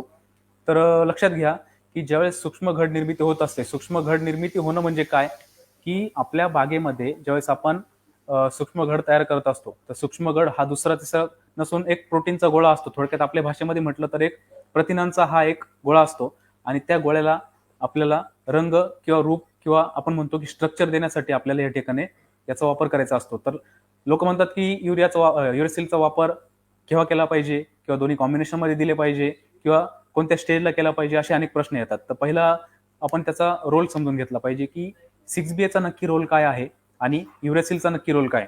तर 6BA काय आहे की 6BA म्हणजे हे सायटोकायनिन आहे. जसं आपण पीजीआर बघतो की 7 प्रकारचे पीजीआर असतात, त्यापैकी एक पीजीआर असतात हे सायटोकायनिन. तर 6BA दिल्यामुळे सायटोकायनिन लेवल ही वाढली जाते आणि सायटोकायनिन लेवल वाढल्यामुळे जे काही सेल डिव्हिजन होत असतं ते सेल डिव्हिजनची गती वाढते, सेल डिव्हिजन फास्ट होतं, मुळांकडनं अन्नद्रव्य जास्त प्रमाणात खेचलं जातं आणि त्यामुळे काय होतं की आपल्या प्लॉटमध्ये सेल डिव्हिजन वाढल्यामुळे तिथे आपल्या प्लॉटमध्ये मेल फिमेल बॅलन्स पण राहतो आणि ऑक्झिलरी बर्ड आहे जो काही पुढे चालणारा बर्ड आहे तो स्ट्रॉंग बनत असतो, तिचे सेल डिव्हिजन वाढत असते. त्यामुळे सबकेनच्या नंतरच आपण याचा वापर करणं गरजेचं आहे. सबकेनच्या अगोदर जर युरेसिल 6BA वापरत असाल तर त्याचा फारसा उपयोग होत नाही. त्याच्यानंतर युरेसिलचा वापर. आता युरेसिल काय करणार, जे काही 6BA ने काम केलेलं आहे सेल डिव्हिजनचं त्या सेल डिव्हिजनला एकत्र आणण्याचं काम हे युरेसिलचं असतं. म्हणजे काय, तर तो जो काही प्रोटीन तयार होतोय त्या प्रोटीनला एक सारखं आणण्यासाठी, तो गोळा घट्ट करण्यासाठी आणि त्याला स्ट्रक्चर देण्यासाठी आपल्याला या ठिकाणी मदत होते युरेसिलची. ज्या पद्धतीने आपण म्हणतो की आमचा जो काही घड निघतोय तो घड जसा आपल्याला फिजिकली दिसतो तसा इथे आतमध्ये युरेसिलमुळे तयार होत असतो. त्यामुळे युरेसिल आणि 6B याचा वापर आपल्याला जरूर करणं गरजेचं आहे गर्भधारणेसाठी. आता याचा पण वापरण्याची योग्य वेळ कोणती, तर साधारण खरड छाटणीनंतर 36, 42 आणि 48व्या दिवशी आपल्याला याचे 3 स्प्रे घ्यायचे. पहिला स्प्रे 36व्या दिवशी, दुसरा स्प्रे 42व्या दिवशी, तिसरा स्प्रे 48व्या दिवशी. याच्यामध्ये थोडं प्लॉटची कंडिशन बघून प्लस मायनस मागे पुढे होऊ शकतंय, पण सबकेनच्या नंतरच आपल्याला याचे ऍप्लिकेशन करायचे. साधारण सबकेन नंतर दुसऱ्या तिसऱ्या दिवशी जर आपण याचा वापर सुरू केला तरी आपल्याला हरकत नाहीये. आता याचा ह्याच पिरियडमध्ये वापर का करणं गरजेचं आहे, कारण आपण बघितलं की जो काही टायगर बर्ड आहे त्याच्या डेव्हलपमेंटसाठी, ऍक्झिलरी बर्डच्या डेव्हलपमेंटसाठी हे पीजीआर काम करत असतात. त्यामुळे आपल्याला सबकेन नंतरच याचा वापर करणं गरजेचं आहे. आता 6B वापरण्याची योग्य पद्धत कोणती, तर अनेक लोकांचा प्रश्न असतो की 6B आणि युरेसिल हे एकत्र वापरावं का किंवा हे सेपरेट वापरावं का, किंवा लोक काय करतात की 6B चा वापर पहिले करतात त्याच्यानंतर 2 दिवसांनी युरेसिलचा करतात. तर मित्रांनो, मला एक या ठिकाणी सांगावंसं वाटतं की हे दोन्ही पीजीआर हे 2 वेगळ्या गटातले पीजीआर आहे, हे 2 वेगळ्या पद्धतीने काम करतात. त्यामुळे यांना आपण कॉम्बिनेशन मध्ये जरी स्प्रे घेतला तरी काही हरकत नाही. तर आपण बघतो की काही लोक पहिले युरेसिलचा वापर करून नंतर 6B चा वापर करतात. इथे काय होतं की आपला खर्च खूप वाढला जातो, आपल्या ट्रॅक्टरचं रोटेशन वाढतं, डिझेलचा खर्च, लेबरचा खर्च, तो पण खर्च वाढतो. त्यामुळे जर कॉम्बिनेशन मध्ये जरी स्प्रे घेतला तरी हरकत नाहीये. दोन्ही वेगळ्या गटातले असल्यामुळे त्यांचा रोल वेगळा आहे, ते दोघं पण वेगळ्या पद्धतीने काम करणार. त्यामुळे आपल्याला या ठिकाणी कॉम्बिनेशन मध्ये स्प्रे घ्यायचा आहे. त्याच्यामध्ये ऍडिशन तुम्ही 05234 किंवा 1054 या ठिकाणी स्प्रे घेऊ शकताय आणि प्लस बोरॉनचा पण या ठिकाणी स्प्रे घेऊ शकताय चांगली प्रॉपर गर्भधारणा होण्यासाठी. त्यानंतर युरेसिल आणि 6B चा वापर करताना आपल्याला जसं मी इथ्रेलचा वापर करता सांगितलं होतं तसंच आपल्याला वापसा मेंटेन राहायला पाहिजे आणि थोडक्यात 25 ते 35 डिग्रीचं जर टेम्परेचर राहिलं म्हणजे साधारण संध्याकाळच्या वेळेमध्ये आपल्याला याचा वापर करायचा आहे.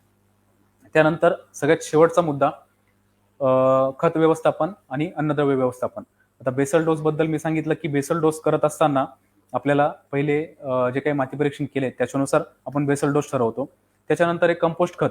आता जर आपण शेणखत दरवर्षी वापरत नसाल तर आपल्याला या ठिकाणी कंपोस्ट खत या ठिकाणी वापरायचं. कंपोस्ट म्हणजे कुठलं, तर कुठल्याही मार्केटमध्ये जे काही कंपोस्ट खतं येत आहेत किंवा आपण या ठिकाणी एक गांडूळ खताचा जरी प्रयोग केला तर गांडूळ खताचा पण आपण या ठिकाणी प्रयोग करू शकतोय. आणि याच्यासोबत आपण काय करायचं आहे की आपण ज्यावेळेस बेसल डोस देतोय तर साधारण जो बेसल डोस आपला मिक्स होईल तर त्यासोबत आपल्याला एका झाडाला 1 किलो कंपोस्ट खत असं मार्केटमधनं परचेस करायचं आहे. साधारण 1000 झाडं असतील तर 1000 किलो आपल्याला कंपोस्ट खत घ्यायचं आहे आणि त्यामध्ये आपला जो बेसल डोस ठरलेला आहे तर बेसल डोसचं आपल्याला मिक्सिंग या ठिकाणी करायचं आहे.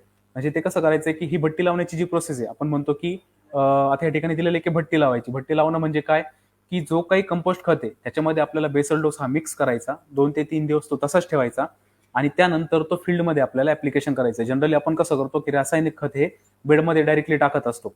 एक लक्षात घ्या की ज्यावेळेस आपण रासायनिक खते बेडमध्ये टाकत असतो तर सगळ्यात पहिले त्याचं फिक्सेशन होतं किंवा इमोबिलायझेशन होतं. ते खत गेल्यानंतर ते आहे तिथेच राहतं. त्याच्यावरती जोपर्यंत मायक्रोबची ऍक्टिव्हिटी होत नाही तोपर्यंत ते खत आहे तिथेच राहणार. त्याच्यानंतर इमोबिलायझेशन नंतर काय होणार की त्याचं सोल्युबलायझेशन होणार. म्हणजे ज्यावेळेस आपण पाणी देतो त्यावेळेस त्याचं सोल्युबलायझेशन होतं. सोल्युबलायझेशन नंतर त्याचं होतं मोबिलायझेशन. म्हणजे काय की रायझोस्फिअरच्या कक्षेमध्ये ते खत जे आहे ते अन्नद्रव्य आहे ते आणलं जातं. मायक्रोबच्या ऍक्टिव्हिटीमुळे ते रायझोस्फिअरमध्ये येतं आणि त्यानंतर होतं मिनरलायझेशन.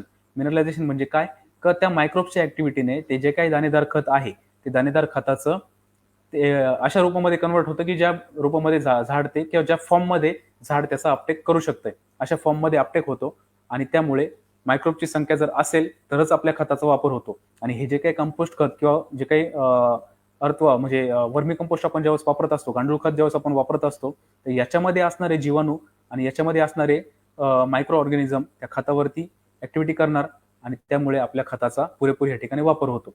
आता बरेच लोक म्हणतात की आमच्या जमिनीमध्ये आम्ही खत दिलं आणि मायक्रोब्सने ते खाल्लं आणि मायक्रोब्सने त्याचं अपटेक करून दिलं. असं काही होत नाही. कुठलाही मायक्रोब्स खत काही खात नाही किंवा केमिकल कुठलंही खात नाही. मायक्रोब्सची ऍक्टिव्हिटी झाल्यानंतर त्यांचा जो एक्सिड आहे तो निघाल्यानंतर त्याच्यामधले जे ऍसिड्स आहे त्या ऍसिड्सचं ज्यावेळेस आपल्या केमिकल खतामध्ये रिॲक्शन होते त्याच्यातनं जे काही रिॲक्शन होते त्याच्यामधनं आपलं जे काही खत पडलेलं आहे हे एका फॉर्ममध्ये आणलं जातं. जे काही झाडाला अवेलेबल फॉर्म असेल त्या फॉर्ममध्ये आणलं जातं आणि त्याचा अपटेक होतो. त्यामुळे आपल्याला इथे कंपोस्ट खत वापरणं गरजेचं आहे. त्याच्यानंतर no fertigation up to 3 leaf stage. बघा इथे काय दिलंय, no fertigation up to 3 leaf stage म्हणजे 3 पानं आल्यापर्यंत आपल्याला कुठल्याही जमिनीतनं खत द्यायचं नाहीये. याचं कारण असं आहे की 3 पानं येईपर्यंत आपलं हार्डली इरिगेशन जातच नाही, गेलं तर एखादं इरिगेशन जातं आणि त्या पिरियडमध्ये झाड स्टेबल असणं गरजेचं आहे. मग इथे आपल्याला काय आहे की आपण स्प्रेमधनं न्यूट्रिशन देऊ शकतोय. इथे मॅग्नेशियम सल्फेटचा वापर आपण स्प्रेमधनं करू शकतोय. 52-34 फेरसचा वापर आपण स्प्रेमधनं जरूर करणं गरजेचं आहे. आता मॅग्नेशियमचा वापर करत असताना शक्यतो जितका वरतून आपल्याला स्प्रेमधनं करता येईल तितकं आपल्याला करणं गरजेचं आहे. कारण जमिनीमधनं ज्यावेळेस आपण मॅग्नेशियम देण्याचा प्रयत्न करतो, मॅग्नेशियमचा मॉलिक्यूल हा खूप छोटा असतो आणि छोटा असल्यामुळे त्या ठिकाणी सॉईलचं कॉम्पॅक्टनेस वाढतं आणि कॉम्पॅक्टनेस वाढल्यामुळे आपली सॉईल ही कडक झालेली दिसते आपण, आणि त्यामुळे काय होतं की आपला अपटेक पण हा कमी झालेला असतो. तर ज्या ठिकाणी आपली सॉईल जास्त कॉम्पॅक्ट होते तिथे शक्यतो जितकं शक्य होईल तितकं मॅग्नेशियम सल्फेटचा वरतून स्प्रे घ्या आणि ज्या सॉईलचं रिटेन्शन हे साधारण 180च्या आत आहे तिथे आपण मॅग्नेशियम जमिनीत न दिलं तरी काही हरकत नाही. व स्वस्त असल्यामुळे जास्त मॅग्नेशियमचा वापर करणं हा पण कुठेतरी चुकीचा रोल प्ले करतो. त्याच्यानंतर आहे सल्फ्युरिक ऍसिडचं, जे मी सांगितलं की वर्षातनं 2 वेळा आपल्याला ट्रीटमेंट करणं गरजेचं आहे. आणि नंतर एक मुद्दा आहे की स्फुरद लेवल. आपल्याला स्फुरद लेवल या ठिकाणी मेंटेन ठेवणं गरजेचं आहे, कारण सगळ्यात जास्त जर झाडाला गरज असेल, वेलीला गरज असेल तर ती असते स्फुरदची, फॉस्फरसची. जितकं जास्त फॉस्फरस तितकं झाडाची इम्युनिटी वाढणार आणि जितकं झाडाची इम्युनिटी स्ट्रॉंग असणार तितकं आपली प्रॉपर झाडाची फिजिओलॉजिकल ऍक्टिव्हिटी ही काम करत असते. त्याच्यानंतर स्लरीचा वापर, वेस्ट डिकम्पोजरचा वापर आणि डीएफ सोल्युशनचा वापर. या ठिकाणी आपल्याला एप्रिल छाटणीमध्ये जर आपण स्लरीचा वापर जर करत असतो, जीवाणू स्लरी असेल किंवा जीवामृत असेल, त्याचा जर वापर आपण या ठिकाणी केला तर आपल्याला best of the best result या ठिकाणी येत आहे. आणि ज्या ठिकाणी वेस्ट डिकम्पोजर, आम्ही बघतो की गेल्या 2-3 वर्षापासून जे लोक कंटिन्यू वेस्ट डिकम्पोजर वापरताय त्या ठिकाणी जून जुलैमध्ये ऑटोमॅटिकली त्या ठिकाणी गांडुळांची संख्या वाढते, ऑटोमॅटिकली बेडमध्ये गांडूळ तयार होत आहे. त्यामुळे सॉईलची पोरोसिटी इतकी वाढली जाते किंवा तिथे ऑर्गॅनिक कार्बन इतका वाढला जातो, सेंद्रिय कर्ब इतका वाढला जातो की झाडाला स्वतःलाच तिथे एक प्रकारचं मायक्रोक्लायमेट तयार होण्यासाठी मदत होते. आणि शेवटचा आहे की डीएफ सोल्युशनचा वापर. ज्या ठिकाणी चुनखडीयुक्त जमीन आहे तिथे आपण डिझॉल्व्ह फर्टिलायझरचा वापर या ठिकाणी करणं गरजेचं आहे. डिझॉल्व्ह फर्टिलायझरमध्ये सगळ्या प्रकारचे सल्फेट फॉर्म मधले खत आहे आणि ते जर आपण वापर करत असला आपल्या बागेवरती ग्रीन टोन हा मेंटेन असतो. याच्यानंतर जर कोणाला काही शंका असेल तर आपण विचारू शकता. हा छोटासा प्रयत्न होता की जे काही चुका होते याच्यामध्ये काही वेगळं फारसं खूप वेगळं रॉकेट सायन्स नाहीये. आपण जे काही करतोय हे योग्यच आहे, फक्त थोडंसं आपल्याला आपण जे म्हणतो की आपला खर्च कमी होणं गरजेचं आहे आणि आपल्या उत्पन्नात वाढ होणं गरजेचं आहे. हे छोटे छोटे मुद्दे जर आपण लक्षात घेतले तर आपला खर्च देखील कमी होणार आणि उत्पन्नात देखील वाढ होणार आहे. धन्यवाद घुमरे सर. अतिशय मौलिक अशी आपण ही माहिती आता दिली द्राक्ष उत्पादकांना. आणि एक विक्रमी उपस्थिती आज ह्या वेबिनारला द्राक्ष उत्पादकांनी दाखवली आणि खूप काही आपल्याकडे लोकांच्या शंका आहेत, लोकांचे प्रश्न आहेत, त्या माध्यमातून आपण त्यांना ते प्रबोधन करणार आहोत. तर जे सगळेच्या सगळे ज्या द्राक्ष उत्पादकांनी आता ह्या वेबिनारला उपस्थित राहिले त्याबद्दल मी तुमचं मनापासून धन्यवाद मानतो. आणि जे काही आपल्या शेतकरी बांधवांमधून प्रश्न आलेत त्या प्रश्नाचं श्री अक्षय पाटोळे यांचा प्रश्न आहे, सल्फ्युरिक ऍसिड किती वापरलं पाहिजे? ओके, बघा मित्रांनो, सल्फ्युरिक ऍसिडचा वापर करत असताना आपल्याला सर्वात अगोदर आपल्या सॉईलचं रिटेन्शन किती आहे हे लक्षात घेणं गरजेचं आहे. ज्या सॉईलचं रिटेन्शन 200 ते 250च्या वर असेल, म्हणजे कसं की काळी चोपण जमीन असेल, कडक जमीन असेल, तर तिथे आपल्याला साधारण एकरी 4 किलो पर्यंत सल्फ्युरिक ऍसिडचं डोजिंग करायचंय, त्याची ट्रीटमेंट करायची. त्याचा वापर म्हणजे कसा की जसं व्हेंचुरिन डायरेक्टली खत देतो मगाशी मी सांगितलं, त्याचा वापर न करता सुरुवातीच्या थेंबापासून तर एंडच्या थेंबापर्यंत आपल्याला सल्फ्युरिक ऍसिडची ट्रीटमेंट करायची. आणि ज्या सॉईलचं रिटेन्शन 180च्या आत आहे, 150च्या आसपास आहे, म्हणजे जशी हलकी जमीन आहे, जसं आपण बघतो की चांदवड साईडची जमीन आहे, हलकी जमीन आहे, तिथं आपण साधारण 3.5 किलो, साधारण 2-2.5 किलो पर्यंत आपण तिथे सल्फ्युरिक ऍसिडचा वापर केला तर सुंदर रिझल्ट येत आहे. म्हणजे सरासरी 2 ते 2.5 किलो सल्फ्युरिक साधारण 2 ते 2.5 किलो सल्फ्युरिक ऍसिड आपण तिथे जाणं गरजेचं आहे. श्री सुनील गवळी यांचा प्रश्न आहे का पाणी टंचाईची आता आपण बघतोय की बहुतेक भागामध्ये पाण्याची भीषण टंचाई आली आहे. बरोबर, त्याच्यामध्ये हा जो प्रॉडक्ट आहे व्हॅलॅग्रो टॅलेट आहे, बरोबर. तर हा प्रॉडक्टचा म्हणजे त्यांचं असं म्हणणं आहे की याचा शास्त्रीय शेतकऱ्यांनी कसा वापर केला पाहिजे, कारण हा जो आहे व्हॅलॅग्रो कंपनीचा एक खूप चांगला प्रॉडक्ट आहे, परंतु लोकांना शेतकऱ्यांनी त्याची शास्त्रीय वापर करण्याबद्दल कसं वापरायच्या बद्दल माहिती अपेक्षित आहे. ओके, टलेटेचा एक छोटासा मुद्दा माझ्याकडनं सांगायचा राहून गेला. आता बघा, टलेटे हे जे काही प्रोडक्ट आहे हे खूप युनिक प्रोडक्ट आहे. मार्केटमध्ये जर आपण बघितलं तर फार सुंदर प्रोडक्ट आहे. ह्या प्रोडक्टचं काम कसं आहे की ह्या प्रोडक्टचं जर सायंटिफिकली सांगायला गेलं तर हे झाडाच्या जीन्सवरती काम करणार. झाडाचे जे काही वॉटर बॅलन्स करणारे जीन्स आहे, जमिनीतल्या वॉटर बॅलन्स वेगळा आणि झाडातलं मॉइश्चर बॅलन्स करणं वेगळं. तर झाडामधले जे काही जीन्स आहे, ज्या काही पाण्याची कमतरता झाडाला भासते त्या जीन ऍक्टिव्हेट करायचं काम करतं. ज्या ठिकाणी तुमच्या झाडाचं पाणी कमी, झाडामध्ये पाणी कमी असेल त्या ठिकाणी काय होणार की पाण्याचं मेंटेन ठेवणार, जीन्स ऍक्टिव्हेट करणार आणि झाडाचे जे काही स्टोमॅटल ओपनिंग आहे त्या रेग्युलेट करणार. म्हणजे थोडक्यात सांगायचं झालं तर ज्या ठिकाणी पाण्याची टंचाई आहे तिथे आपल्या स्टोमाटा ओपनिंग आणि क्लोजिंग वरती काम करून स्टोमॅटाचं क्लोजिंग आहे हे थोडं कमी करणार, तिथे पाण्याचं बाष्पीभवन हे कमी होणार आणि झाडामध्ये वॉटर लेवल बॅलन्स करणार. दुसरी गोष्ट, ज्या ठिकाणी पाणी जास्त होतं, आता पावसाळ्यामध्ये आपण बघतो की पाणी जास्त होतं, तिथे पण झाडामध्ये रेस्पिरेशन ऍक्टिव्हिटी ही कमी होत असते. त्या ठिकाणी रिअलिटी काय काम करणार की तिथे बाष्पीभवनाचा वेग म्हणजे स्टोमॅटाचं ओपनिंग जास्त वाढवणार आणि तिथे पाण्याचा लॉस जास्त करून झाडामध्ये जीन ऍक्टिव्हेट करण्याचं काम करणार. तर आता हा जो प्रश्न होता की पाण्याच्या टंचाईमध्ये कसं काम करणार, तर तिथे ज्यावेळेस आम्ही फील्डवरती बघितले चांगले अतिशय सुपर रिझल्ट आलेले की ज्या ठिकाणी पाणी कमी होतं तिथे पेलेटीचा ज्यावेळेस वापर केला तर त्या ठिकाणी कुठल्याही झाडाला म्हणजे झाडाला कुठल्याही प्रकारचा वॉटरमुळे जो काही पाण्यामुळे स्ट्रेस बसलाय हा काही जाणवला नाही आणि तिथे इरिगेशन सुद्धा कमी झालेले. ज्या ठिकाणी 2 इरिगेशन जायला पाहिजे होती तिथे एका इरिगेशन मध्ये काम होत आहे. यावर्षी हा प्रोडक्ट आपल्याला खूप फायदा करणार ठरेल. म्हणजे व्हॅलॅग्रोटॅलिटी जे आहे या बरोबर. कमी आता जो कमी पाणी आणि वाढलेलं तापमान बरोबर. याचे जे काही आपल्या द्राक्ष वेलीवर जे विपरीत परिणाम होणार आहेत बरोबर. याच्यापासून चांगल्या प्रकारे संरक्षण करून 100% गर्भधारणेसाठी अतिशय उपयुक्त राहील. गर्भधारणेसाठी मदत करेल. बरोबर. धन्यवाद. त्याच्यानंतर पुढचा प्रश्न आहे सर की आपल्या अनेक संभाषणामध्ये आम्ही ऐकलं की सुपर फॉस्फेटच्या वापरावर आपण कायम भर देत आलाय बरोबर. आणि मग आपण एक माहिती दिली, परंतु तो सुरुवातीचा काळ होता. त्याच्यानंतर आता अनेक शेतकरी बांधव त्याला जॉईन झालेत, थोडे उशिरा का होईना. तर मला बरोबर. वाटतं सुपर फॉस्फेटच्या वापराबद्दल आपण थोडक्यात एकदा सुसूत्र जर अशी माहिती दिली तर बरोबर. नक्कीच फायदा होईल त्याचा. आता आम्ही ज्यावेळेस बघतोय गेल्या 2 ते 3 वर्षामध्ये सुपर फॉस्फेटचा वापर हा फार कमी झालेला आहे. बरेच लोकांचं म्हणणं आहे की सुपर फॉस्फेटमुळे सुपर फॉस्फेट दिल्याचा फायदा होत नाही किंवा ते जमिनीमध्ये फिक्स होतं. तर मित्रांनो, हा एक संभ्रम आहे की सुपर फॉस्फेट दिल्यानंतर ते फिक्स होणार. कुठलंही खत असू द्या, ते फॉस्फरस असू द्या नाही तर कुठलंही असू द्या, हे जमिनीत गेल्यानंतर पहिलं फिक्सच होतं. पहिलं इमोबिलायझेशन होतं. जसं मी सांगितलं की जोपर्यंत मायक्रोबची ऍक्टिव्हिटी त्याच्यावरती होत नाही तोपर्यंत ते फिक्स होणार आणि मायक्रोबची ऍक्टिव्हिटी वाढल्यानंतर त्याचं चिलेशन होणार किंवा ते रेडी फॉर्म मध्ये येणार आणि त्याचा अपटेक होणार. आता सुपर फॉस्फेटचा वापर करणं फार गरजेचं आहे. तो का करणं गरजेचं आहे की हा मी सांगितलं की हा स्लो रिलीजिंग फॉस्फरस असतो.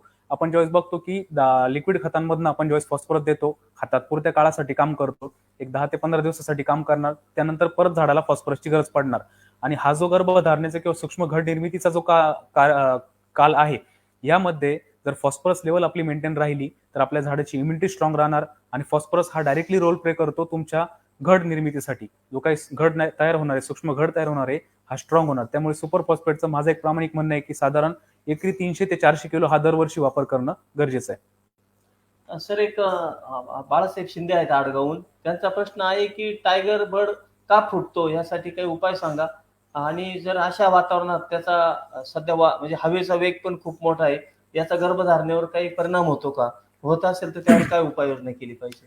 हे बघा, टायगर बर्ड काय असतो आणि टायगर बर्डचं कार्य काय असतं हे मी ऑलरेडी सांगितलंय.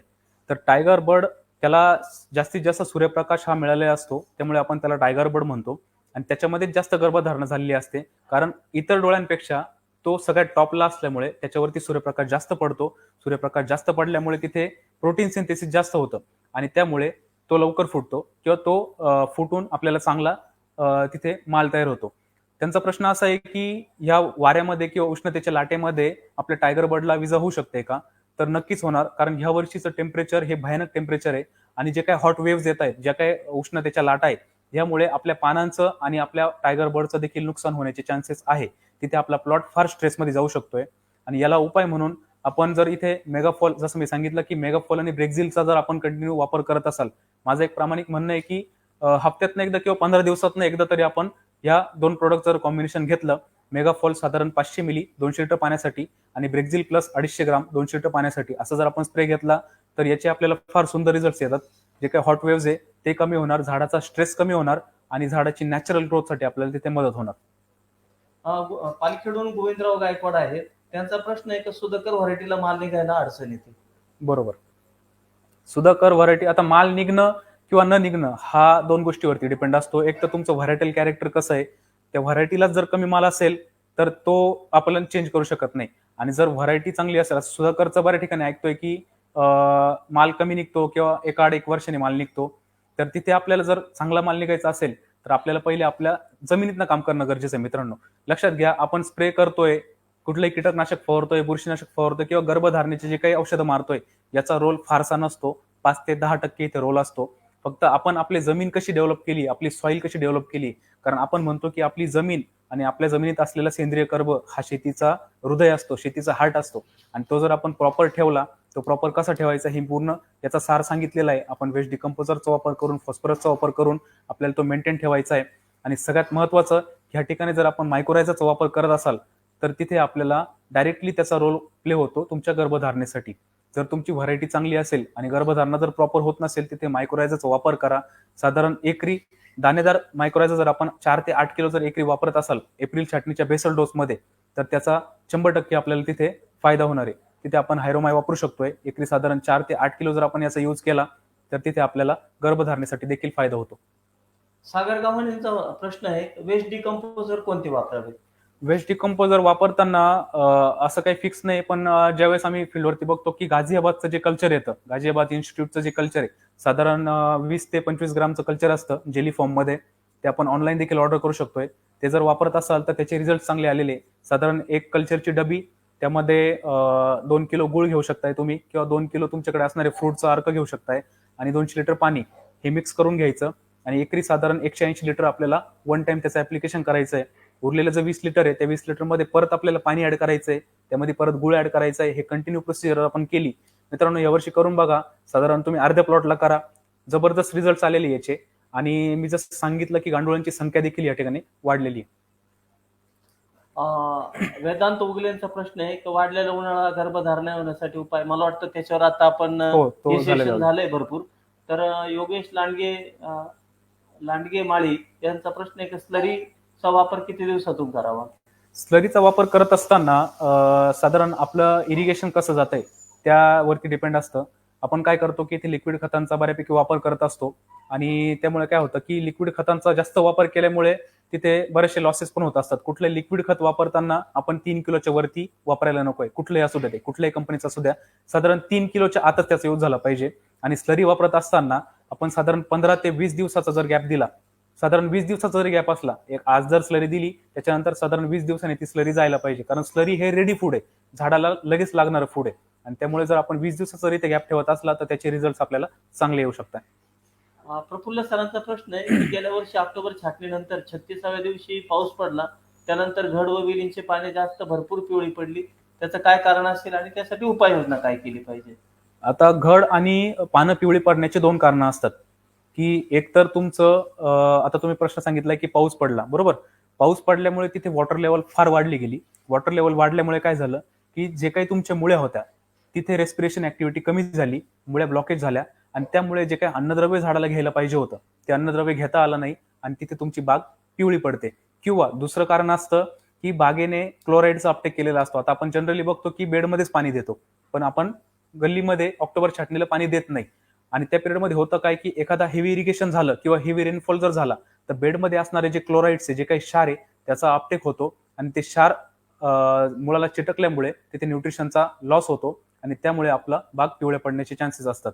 तर या ठिकाणी जर असे जर गोष्ट घडत असेल तर आपण ते क्षार लांब करण्यासाठी किंवा बेडमधनं बाहेर ढकलण्यासाठी रेट्रोसॉल जो प्रोडक्ट येतो त्याचा आपण वापर या ठिकाणी करू शकतो. एकरी 2 लिटर रेट्रोसॉलचा वापर जर आपण केला, त्याच्यासोबत फेरलिन घेतलं तर तिथे आपला पिवळे पडण्याचा जो प्रमाण आहे हे देखील कमी होताना दिसतंय. सर, हा एक प्रश्न आहे की विद्राव्य खताचा अतिरेकी वापर केल्यानंतर सुद्धा बरोबर. बऱ्याच वेळेस आपण बघतो की विद्राव्य खतांचा अतिरेकी वापर होतो आणि अतिरेकी वापरानंतर सुद्धा झाडामध्ये असे काही घातक घटक आहे, सोडियम क्लोराईड वगैरे, बरोबर. हे सुद्धा झाडामध्ये वेलीमध्ये वाढून त्याच्या चयापचय क्रियेवर परिणाम होऊन झाडं वेली अशा पिवळ्या पडू शकतात का, पानं किंवा घड? पडू शकतं. हे बघा, कुठल्याही गोष्टीची लिमिट असते आणि एकदा लिमिट जर त्या गोष्टीची क्रॉस झाली तर आपल्याला 100% त्याचं नुकसानच होणार आहे.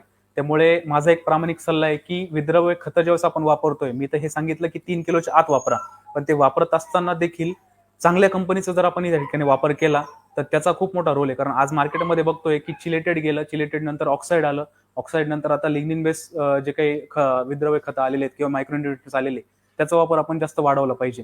लिग्निन बेस जे काही कॅल्शियम आहे, कॅल्बिटसी आहे, फेर्लिन आहे, याचा जर आपण वापर केला किंवा ज्या कंपनीचे खतं आहे जे नॅनोमध्ये साधारण 20-20-20 किंवा 10-14 याचं जर आपल्याला ऍप्लिकेशन केलं तर त्याचा आपल्याला रोल जास्त प्ले होणार. कारण इथे कसं असतं की त्याची ऍसिडिटी कमी असल्यामुळे त्याचा अपटेक जास्तीत जास्त होत असतो आणि जास्तीत जास्त अपटेक झाल्यामुळे आपल्याला त्याचा जास्तीत जास्त बेनिफिट होऊ शकतोय आणि त्याचा जो काही ड्रॉबॅक येणार आहे तो पण कमी होऊ शकतोय. पटेल सरांचा प्रश्न आहे की चुनखड जमिनीमध्ये सिंगल सुपर फॉस्फेटचा वापर करावा की नाही. चुनखड जमिनीमध्ये सिंगल सुपर फॉस्फेटचा वापर करण्यापेक्षा माझा सल्ला असेल की तिथे डीएफचा जास्त वापर करा तुम्ही. डीएफ मधनं काय होणार आहे की तिथे काय असतं की फॉस्फरस मेंटेन करण्यापेक्षा तुम्हाला मायक्रोन्युट्रिएंट मेंटेन करणं गरजेचं असतं आणि जर तिथे चुनखड जमीन असेल तर तिथे सुपर फॉस्फेटचा वापर करण्यापेक्षा तुम्ही जिप्समचा वापर करा. जिप्सम मधनं कॅल्शियम पण मिळेल, फॉस्फरस पण मिळेल आणि जर मायक्रोन्युट्रिएंटची गरज आहे तिथे तुम्ही डीएफचा जर वापर ठेवला कंटिन्यू तर तिथे तुमचा बाग हा कंटिन्यू ग्रीन टोन तिथे मेंटेन राहील आणि फॉस्फरसचा वापर तुम्हाला वरतून इथे जास्त करू शकता. कारण चुनखड जमिनीमध्ये फॉस्फरसचा अपटेक जास्त होत नाही, तिथे तुम्ही फुलियर ऍप्लिकेशन मधनं फॉस्फरस वाढू शकताय. प्रफुल्ल सरांचा प्रश्न आहे का छाटणीनंतर 30 दिवस झाले पाणी व नवीन फुटी करपून जात आहेत. ओके, ह्या वर्षी हा प्रॉब्लेम जरा जास्त दिसतोय की नवीन निघणारी जी फूट आहे ती एक तर फूट जळून जाते किंवा करपते किंवा पानं करपताय. तर मित्रांनो, यावर्षी मी जसं सांगितलं की टेम्परेचर भयानक आहे. मागच्या वर्षीपेक्षा 5 ते 6 डिग्रीने टेम्परेचर वाढलेलं आहे आणि आपली द्राक्षवेल ही 24 तास उन्हामध्ये असते, म्हणजे दिवसभर ही उन्हामध्ये असते. आणि त्या पिरियडमध्ये होतं काय की द्राक्षाला मी सांगितलं की प्रचंड एनर्जी खर्च करावी लागते तो डोळा फोडण्यासाठी आणि तो डोळा फुटल्यानंतर तो डायरेक्टली उन्हामध्ये येतो म्हणजे 40 डिग्रीला जर तो डोळा आला तर तिथे त्याला शॉक बसतो आणि तो शॉक बसल्यामुळे तिथे आपल्याला त्या वेलीची किंवा त्या डोळ्याची तिथे इजा होते. तर ही इजा कमी करण्यासाठी मी ऑलरेडी सोल्युशन तुम्हाला दिलेलं आहे. MC एक्स्ट्राचा या ठिकाणी 250 ग्राम आपण जर वापर केला त्यामध्ये आपण साधारण 10-14 म्हणजे हाय फॉस्फरस ग्रेड जर या ठिकाणी वापरली तर आपल्याला बऱ्यापैकी तिथे ते जे काही चान्सेस आहे ते कमी होणार. तुम्ही सिलिकॉनचा पण या ठिकाणी वापर करू शकता. चांगल्या कंपनीचं सिलिकॉन घ्या, त्याच्या आठवड्यातनं किंवा 15 दिवसातनं एक स्प्रे ठेवा, तिथे आपल्याला बऱ्यापैकी ते डोळे जळताना कमी दिसत आहे. मॉइश्चर बद्दल माहिती असल्यास माहिती द्या. जम्बोसाठी किती फायद्याचं ठरेल. अक्षय पाटलांचा प्रश्न आहे. मॉइश्चर सेन्सरचा विषय असा आहे की इथे काही व्हरायटी आणि मॉइश्चर सेन्सरचा फारसा रोल नसतो. द्राक्षवेलीला किंवा कुठल्याही वनस्पतीला मॉइश्चर हे वेगवेगळ्या प्रकार लागत असतं. त्यामुळे इथे आपण व्हरायटीनुसार मॉइश्चर लेवल किंवा मॉइश्चर सेन्सरचा वापर करण्यापेक्षा माझा एक प्रामाणिक सल्ला आहे की आपण मॉइश्चर सेन्सर हे जरूर वापरणं गरजेचं आहे. जसं मी सांगितलं की मॉइश्चर लेवल आपण हाताने बघतो, खड्डा घेऊन वापसा चेक करतो, पण इथे कसं असतं मित्रांनो, इथे प्रॅक्टिस खूप लागते आणि प्रत्येकाची मॉइश्चर चेक करण्याची पद्धत ही वेगळी असू शकते. जोपर्यंत आपल्याला आपल्यावरती कॉन्फिडन्स येत नाही तोपर्यंत आपण सेन्सर बसवणं गरजेचं आहे. साधारण जो काही खर्च होईल तो आपण डिवाइड करा 10 वर्षामध्ये. सेन्सरचा जर 20,000 रुपये खर्च होतोय, लोकांना असं वाटतं की 20,000 म्हणजे फार खर्च होतो, पण 20,000 खर्च जर आपण 10 वर्षामध्ये डिवाइड केला तर सेन्सरचा फार मोठा रोल आहे. सेन्सर माझं एक म्हणणं आहे की प्रामाणिकपणे सर्वांनी बसवणं गरजेचं आहे. कारण सेन्सर आपल्याला काय देणार आहे की ऍक्च्युअल कंडिशन काय प्लॉटमध्ये, पाणी केव्हा गेलं पाहिजे, किती मॉइश्चर लेवलला गेलं पाहिजे ते आपल्याला सांगणार आहे. आणि सेन्सर बसवलंय म्हणून थांबू नका. सेन्सर सोबतच तुम्ही हाताची पण मेथड यूज करत राहा. सेन्सरचं 50% आलंय म्हणजे 50% हातावरती कसं दिसणार आहे याची प्रॅक्टिस करा आणि हळूहळू तुम्ही स्वतः इतके ट्रेन होऊन जाल की तुम्ही मॉइश्चर चेक करण्यामध्ये ऍक्च्युअल पर्सेंटेज सांगू शकताय. तर मॉइश्चर सेन्सर बसवणं गरजेचं आहे. सचिन चौगुले यांचा प्रश्न आहे, फॉस्फरिक ऍसिड एकरी टोटल किती गेले पाहिजे.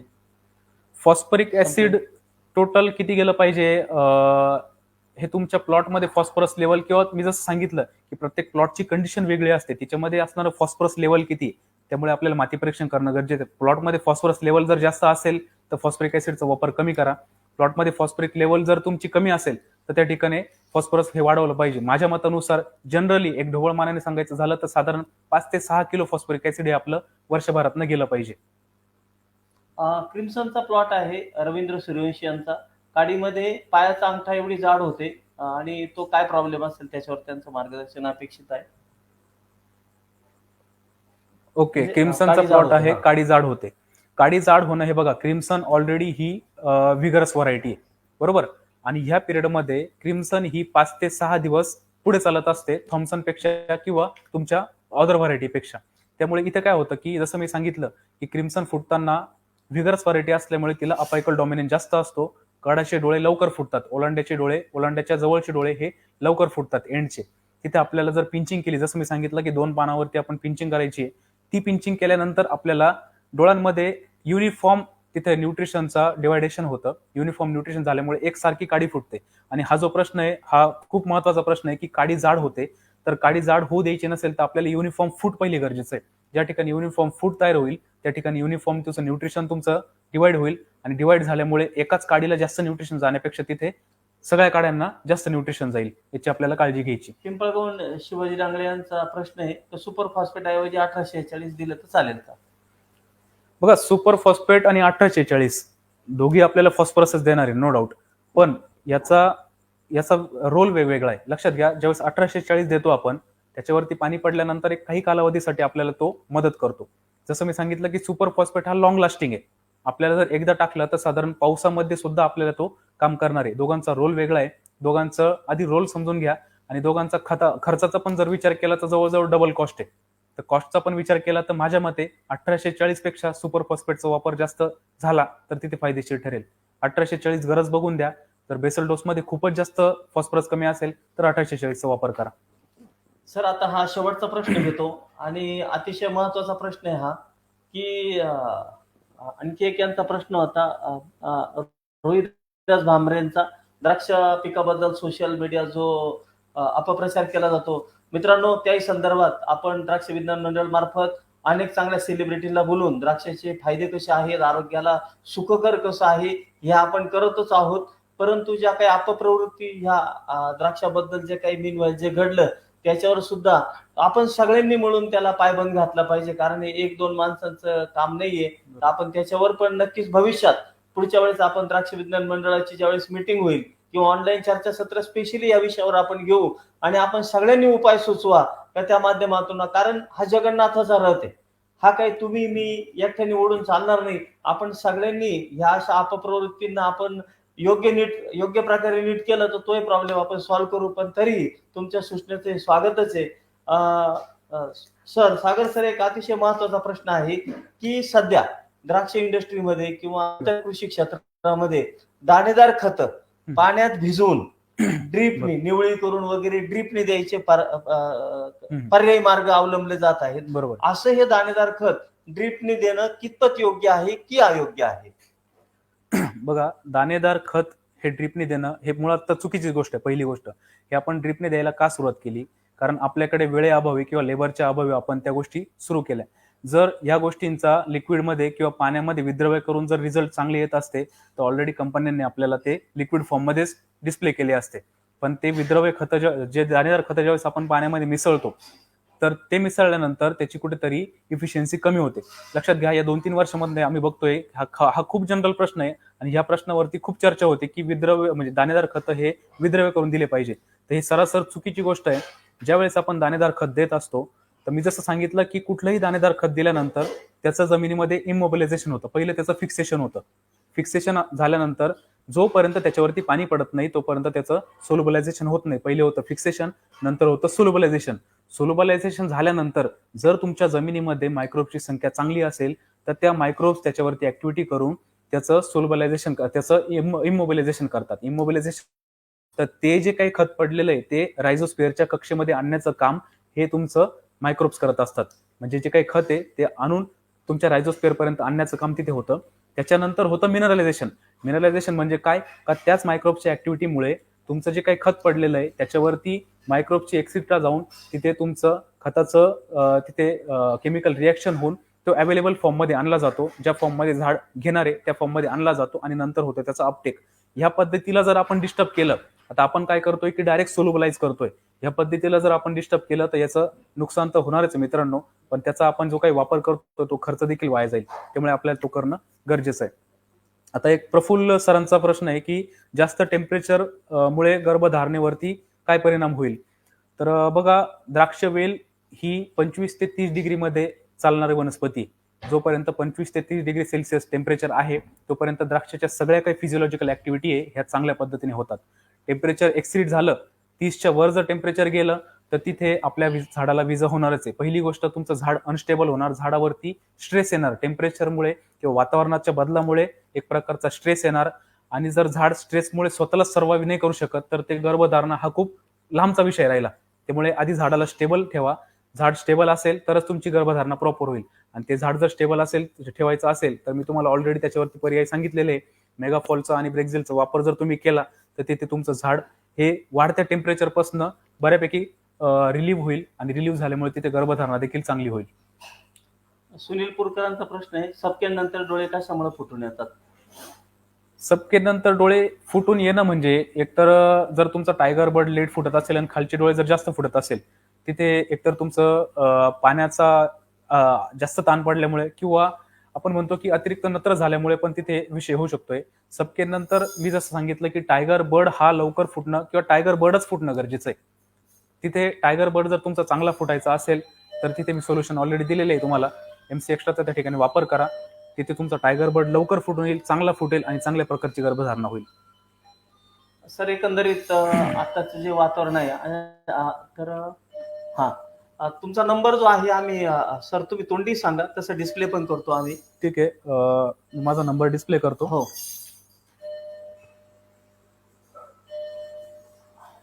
या व्यतिरिक्त जर आपल्या काही शंका असतील तर आपण पर्सनली पण कॉन्टॅक्ट करू शकताय मित्रांनो. काही हरकत नाहीये. जर काही प्रश्न राहिले असतील किंवा कोणाच्या मनात काही शंका असतील द्राक्ष शेतीविषयी किंवा इतर काही गोष्टींविषयी तर आपण एनी टाइम या नंबरवरती कॉल करू शकता. नंबर तुम्हाला डिस्प्लेला दिलाय. सरांचं नाव आहे सागर कैलास घुमरे आणि विशेष म्हणजे ते MSc ॲग्री आहेत आणि सॉइलवर म्हणजे मृदावर त्यांचं अतिशय चांगलं काम आहे. आणि आता इथून पुढचं आपली एप्रिल जी छाटणी आहे, खरड छाटणी आहे, हिच्यामध्ये आपण ह्या मृदेचं कसं व्यवस्थापन केलं पाहिजे या संदर्भात त्यांना इथं आमंत्रित केलं आणि आपण सर्वांनी भरभरून प्रतिसाद दिला. त्याबद्दल तुमचंही सगळ्यांचं अभिनंदन करतो आणि सरांचंही कौतुक करतो.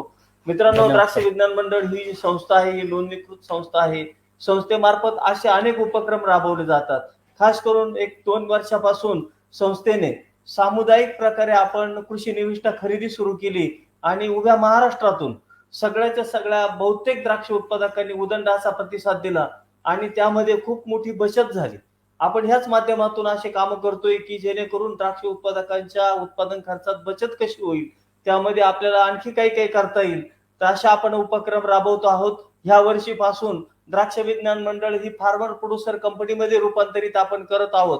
म्हणजे झालेली रजिस्ट्रेशन वगैरे झालेलं आहे आणि आता आगामी जो सीझन राहील त्या सीझनच्या दृष्टीने आपली आगामी पण वाटचाल आहे की द्राक्ष उत्पादकांना कशा माध्यमातून त्यांच्या खर्चात बचत होईल की जेणेकरून कमीत कमी खर्चात त्यांना कृषी निविष्ठा कशा उपलब्ध होतील यासाठी सुद्धा आपण प्रयत्न करणार आहोत. आपल्याला माहितीच असेल की मागच्या वर्षी आपण द्राक्ष विज्ञान मंडळने द्राक्ष उत्पादकांसाठी इलेक्ट्रॉनिक वजन काटे उपलब्ध केले होते. बाहेर जो 7 ते 7.5 हजार रुपयाला मिळणारा वजन काटा फक्त आपण 4,200 रुपयामध्ये द्राक्ष उत्पादकांसाठी उपलब्ध केला होता आणि प्रस्तुत कंपनीला तो काटा प्रत्येक शेतकऱ्याला आपण घरपोच करायला लावला होता. आणि आम्हाला सांगायला आनंद होतो की 2 वर्षामध्ये एकाही शेतकऱ्याच्या अद्यापर्यंत त्या काट्याच्या संदर्भात काही कंप्लेंट आली नाही. त्याचं कारण असं की त्या कंपनी बरोबर आपण टायअपच तसं कडक केलेलं होतं. अशा माध्यमातून अतिशय पारदर्शीपणे आपण हे कामकाज चालवलेलं आहे. महाराष्ट्रभरातून अतिशय सगळीच बहुतांशी द्राक्ष उत्पादक हे आपल्या द्राक्ष विज्ञान मंडळाला जोडली गेलेली आहेत. परंतु आता या वेबिनार सारख्या माध्यमाचं आपण आयोजन करायचं प्रमुख कारण असं, मित्रांनो, जर सेमिनार जर घ्यायचा म्हटला तर त्यासाठी शेतकऱ्यांनी त्या सेमिनारला त्या आयोजकांना पण त्या लॉन्चचा खर्च येतो किंवा त्या हॉलचा खर्च येतो, साऊंड सिस्टीम येते, LED वॉल येतो, प्रोजेक्टर येतो, अनेक भानगडी येतात. त्यानंतर परत शेतकऱ्यांनी सुद्धा अशा आणीबाणीच्या काळात पेट्रोल डिझेल खर्चून तिथे यायचं असतं. ह्या खर्चालाही कुठेतरी एक प्रकारे नियंत्रण आलं पाहिजे आणि शेतकऱ्यांमध्ये आपल्याकडे आज सोशल मीडिया आहे, आपल्या हातात मोबाईल आहे, अतिशय अद्ययावत मोबाईल आहे, तर त्या माध्यमातून आपण सगळं ज्ञानाचं आदान प्रदान करू शकतो. आणि मग आपण हाच सगळा विचार करून अशा ह्या वेबिनारचं आपण आयोजन सुरू केलेलं आहे. मागच्या 15 पण आपण छाटणीवर वेबिनार घेतलं होतं आणि आता पण, आणि इथूनही आज आम्ही जर एवढा सगळा याचा आलेख जर बघितला, सगळा प्रश्नांचा आलेख जर बघितला, तर नक्कीच अशा आम्हाला पण तुमच्या ह्या प्रश्नांमधून प्रेरणा मिळते की जेणेकरून आगामी काळामध्ये सुद्धा असे वेबिनारचं आपण नियमित आयोजन करत राहू.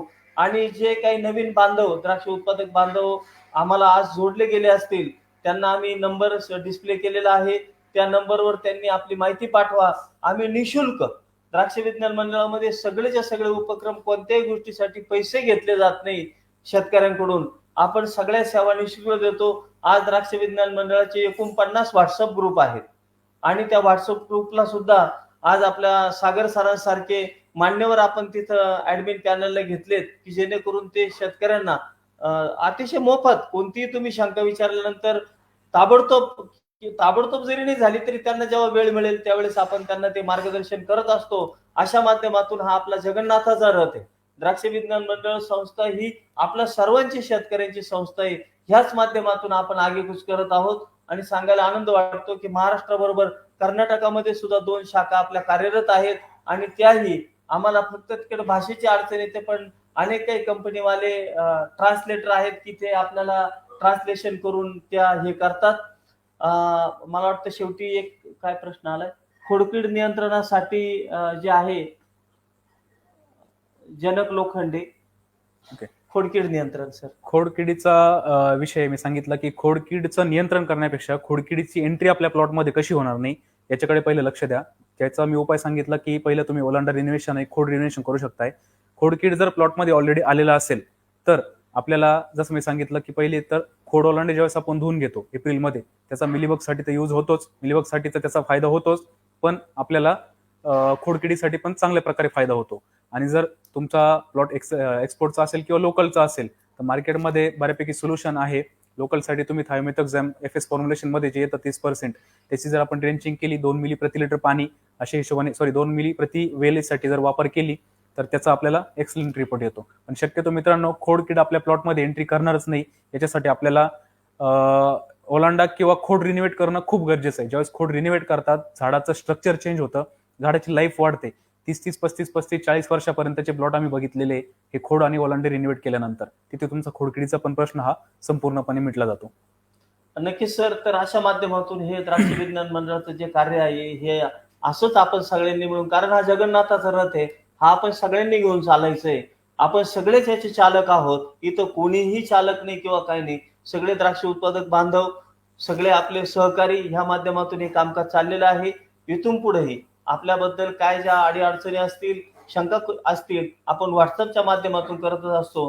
परंतु आजच्या सेशनचा सगळ्या द्राक्ष उत्पादकांचा उत्साह बघता, कारण आता आपण 7:30ला जे आपलं वेबिनार सुरू झालं, 9 वाजले तरी आता मला वाटतं काहीतरी 125 लोक ऑनलाईन जॉईन आहेत आणि एकंदरीत जवळजवळ आतापर्यंत 1000च्या वर लोक आपल्या या पेजला व्हिजिट देऊन गेले. ह्यावरून नक्कीच आपण जे काम करतो अतिशय तुम्ही जे आम्हाला प्रेरणा देतात ह्यातूनच लक्षात येतं की आगामी काळात सुद्धा असे आपण उपक्रम आपण राबवत राहू.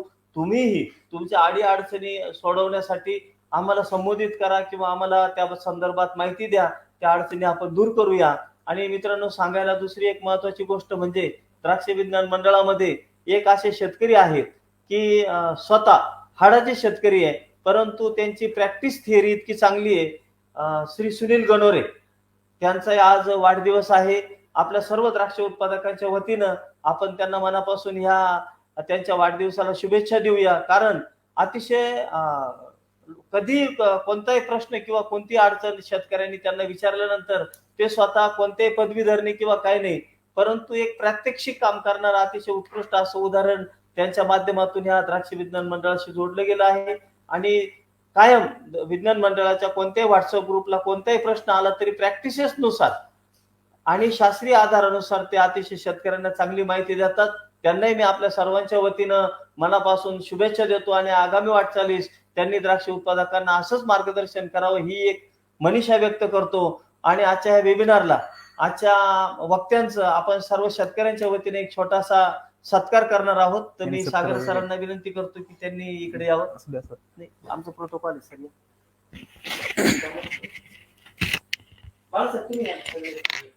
अरे आम्ही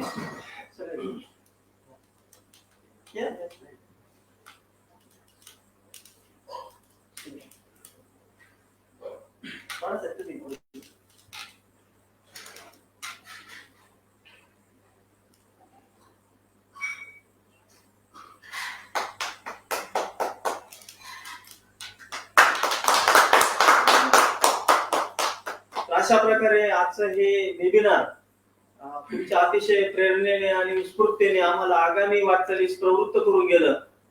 मी सर्वांना आपल्याला मनापासून धन्यवाद देतो आणि आगामी वाटचाली शुभेच्छा देतो. धन्यवाद.